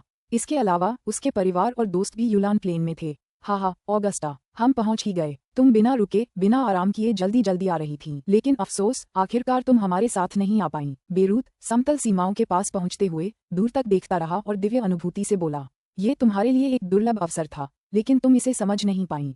तुम सचमुच बेकार हो। काफी दूरी पर अस्त व्यस्त अंतरिक्ष में प्रकाश का मुख्य अधिपति ऑगस्टा बस वहीं खड़ा था। उसके चेहरे पर एक कुरूप भाव था। टेरेसिया सचमुच बेकार है, ऑगस्टा ने मन ही मन कहा। लेकिन वह ये समझ गया था कि एक बार दूसरा शासक ब्लूफायर प्रकट हो गया तो यह निश्चित हो गया कि टेरेसिया बेरूत को बांधने में सक्षम नहीं होगी। बेरूत, इतना घमंडी मत बनो। तुम चाहे कितने भी घमंडी क्यों न हो, तुम युलान लोक तक ही सीमित हो। अगर तुम में कोई योग्यता है तो तुम अपने प्रभु प्रतिरूप को दिव्य प्रकाश लोक या नरक लोक में क्यों नहीं आने देते? प्रकाश की प्रमुख प्रभु, ऑगस्टा ने मजाक उड़ाते हुए कहा। एक आदमी जो चूहे जितना काया है, क्या इतनी बेबाकी से बात करने की हिम्मत कर सकता है? लेकिन बेरूत को जरा भी गुस्सा नहीं आया। चूहे जितना काया, मैं तो शुरू से ही एक गोडीटर चूहा हूँ। बेरूत ने हंसते हुए जवाब दिया, मैं एक गोडीटर चूहा दिव्य चिंगारियां खाना पसंद करता हूँ। मुझे तो सॉवरेन चिंगारियां भी पसंद हैं। हाँ, और उस साल जो हुआ उसके लिए मुझे बहुत अफसोस है। हाँ, बेरूत खुद पर बहुत खुश था। ये शब्द सुनकर ऑगस्टा के चेहरे पर और भी अधिक कुरूपता आ गई। लिनली, बेबे, चलो घर चलते हैं। बेरूत जोर से हंसा। ऑगस्टा को धीरे धीरे अपने गुस्से में उबलने दो। काश वह इससे मर ही जाता। ऑगस्टा की दिव्य इंद्रिय विस्तीर्ण हो गई थी। स्वाभाविक रूप से वह ये शब्द सुन पा रहा था। वह और भी क्रोधित हो गया। लेकिन वह और बेरूत शुरू से ही आग और पानी की तरह थे। अगर बेरूत ने उसके साथ अच्छा व्यवहार भी किया होता तो भी ऑगस्टा उसे नहीं छोड़ता। इसलिए जैसा कि बेरूत ने देखा, उसे ऑगस्टा को थोड़ा और क्रोधित करना चाहिए था। ओह, घर जाने का समय हो गया, बेबे ने भी खुशी से कहा। तुरंत ही बेरूत, ब्लूफायर, लिनली और बेबे प्लेना सीमा से गुजरे और युलान प्लेन में वापस आ गए। युलान प्लेन के विशाल दक्षिणी सागर के ऊपर हवा में बेरूत के 4 लोगों का समूह खुशी से आसमान में उड़ रहा था। हाँ, जब मैं ऑगस्टा के चेहरे के भाव के बारे में सोचता हूँ तो मुझे बहुत गुदगुदी होती है। बेरूत जोर से हंसा। हम आखिरकार वापस आ गए हैं। सब कुछ खत्म हो गया है। लिनली को लगा जैसे वह किसी सपने में है। सब कुछ कितना सही था। मिस्टर लेलिन, आपने जो महाद्वीप बनाया था वह हमारे ठीक सामने है। बेबे ने एक दूर के महाद्वीप की ओर इशारा किया। इस महाद्वीप का निर्माण ब्लूफायर ने अपने दिव्य पृथ्वी क्लोन पर भरोसा करके किया था। ब्लूफायर द्वारा आकार और गढ़े जाने के बाद यह अब युलान महाद्वीप से भी कहीं बड़ा हो गया था। इसके अलावा अतीत में बेरूत और ब्लूफायर ने संयुक्त रूप से लाखों मनुष्यों, कई जादुई जानवरों और कई प्रकार के जीवित प्राणियों को इस महाद्वीप पर स्थानांतरित किया था। पिछले 3000 वर्षों में यह महाद्वीप काफी विकसित हुआ है और इसकी जनसंख्या भी अरबों तक पहुंच गई है। लॉर्ड बेरूत, मुझे आपसे कुछ स्वीकार करना है, लिनली ने ईमानदारी से कहा। बेरूत ने लिनली की ओर देखा। मेरे पास ओवरगॉड के 3 ताबीज हैं। लिनली ने कुछ भी नहीं छिपाया। लिनली अब भी बेरूत के प्रति बहुत आभारी था। इसके अलावा वह ओवरगॉड को बुलाने की तैयारी करने वाला था। अब वह इसे किसी भी तरह छिपा नहीं सकता था। 3 बेरूत और ब्लूफायर दोनों चौंक गए। बेबे ने भी सिर हिलाया और हंसी। उस समय मोल्डे ने जो अफवाह फैलाई थी वह पूरी तरह झूठी नहीं थी। 9 आत्मा मोती सचमुच मेरे बॉस के हाथ लग गए थे। जहां तक पेंटामीटल मुकुट की बात है, मेरे बॉस भाग्यशाली थे कि उन्हें प्लेन युद्ध के दौरान वह मिल गया। हाँ, स्वर्ग हमारी मदद कर रहा है। बेरूत जोर से हंसा। हाँ, कमाल है बेरूत, ये तो बिल्कुल अद्भुत है। ब्लूफायर भी जोर से हंसे बिना नहीं रह सका। लिनली और बेबे ने एक दूसरे को देखा। क्या हो रहा था? क्या सिर्फ इसलिए कि उसने 3 ओवरगॉड ताबीज हासिल कर लिए थे, बेरूत और ब्लूफायर इस तरह अपना संयम खो देंगे? लिनली, बेरूत की आंखें चमक रही थीं। वह एक भिखारी लग रहा था जो खरबों की दौलत देख रहा था। तुम्हारे पास 3 ताबीज हैं। तुम ओवरगॉड को बुलाने वाले हो और जब तुम ऐसा करोगे तो याद रखना, तुम्हें एक ओवरगॉड कलाकृति मांगनी होगी। ओवरगॉड कलाकृति किस तरह की होगी? शायद एक रक्षात्मक ओवरगॉड कलाकृति या शायद एक ओवरगॉड हथियार। दोनों ही अच्छे रहेंगे। तुम खुद चुन लो कि तुम्हें क्या चाहिए। ठीक है, ब्लूफायर ने भी जल्दी से लिनली से कहा। एक ओवरगॉड कलाकृति चुनो। यह एक दुर्लभ अवसर है। लिनली, तुम वाकई बहुत जबरदस्त हो। इतने लंबे समय तक इसे छुपाने में कामयाब रही। हाँ, तुमने बहुत अच्छा किया। तुम्हें एक ओवरगॉड कलाकृति मिल गई है। तुम्हारी हरकतें बिल्कुल सही थीं। हाँ, मैंने तो सोचा था कि तुम्हारे पास ज्यादा से ज्यादा 2 ओवरगॉड ताबीज होंगे। किसने सोचा था कि तुम्हारे पास 3 होंगे? बेरूत साफ तौर पर काफी उत्साहित था। एक ओवरगॉड कलाकृति, अद्भुत। ब्लूफायर भी प्रशंसा में आहें भरने से खुद को रोक नहीं सका। लिनली थोड़ा हैरान हुआ, लेकिन फिर उसने बनावटी हंसी के साथ कहा, लॉर्ड बेरूत, मिस्टर लेलिन, मुझे सचमुच माफी मांगनी चाहिए। मैं कोई ओवरगॉड कलाकृति मांगने की योजना नहीं बना रहा हूँ। बेरूत और ब्लूफायर की हंसी थम गई। उनके चेहरे के भाव फीके पड़ गए और वे हैरानी से लिनली की ओर देखने लगे। लिनली, तुमने अभी क्या कहा? बेरूत पूरी तरह से स्तब्ध रह गया। पास खड़ी बेबे ने कहा, दादाजी बेरूत, मेरे बॉस ने ओवरगॉड के ताबीज हासिल करने के लिए अपनी जान जोखिम में इसलिए डाली है क्योंकि बॉस हमेशा से दादाजी दोहरिंग को जिंदा करने का कोई रास्ता ढूंढते रहे हैं। दादाजी दोहरिंग उनके लिए बेहद अहम है। दोहरिंग कोवॉट? बेरूत को यकीन नहीं हुआ। उसने बेचैनी से कहा, लिनली, मैं तुम्हारे और दोहरिंग कोवॉट के बारे में जानता हूँ, लेकिन वह तो पहले ही मर चुका है।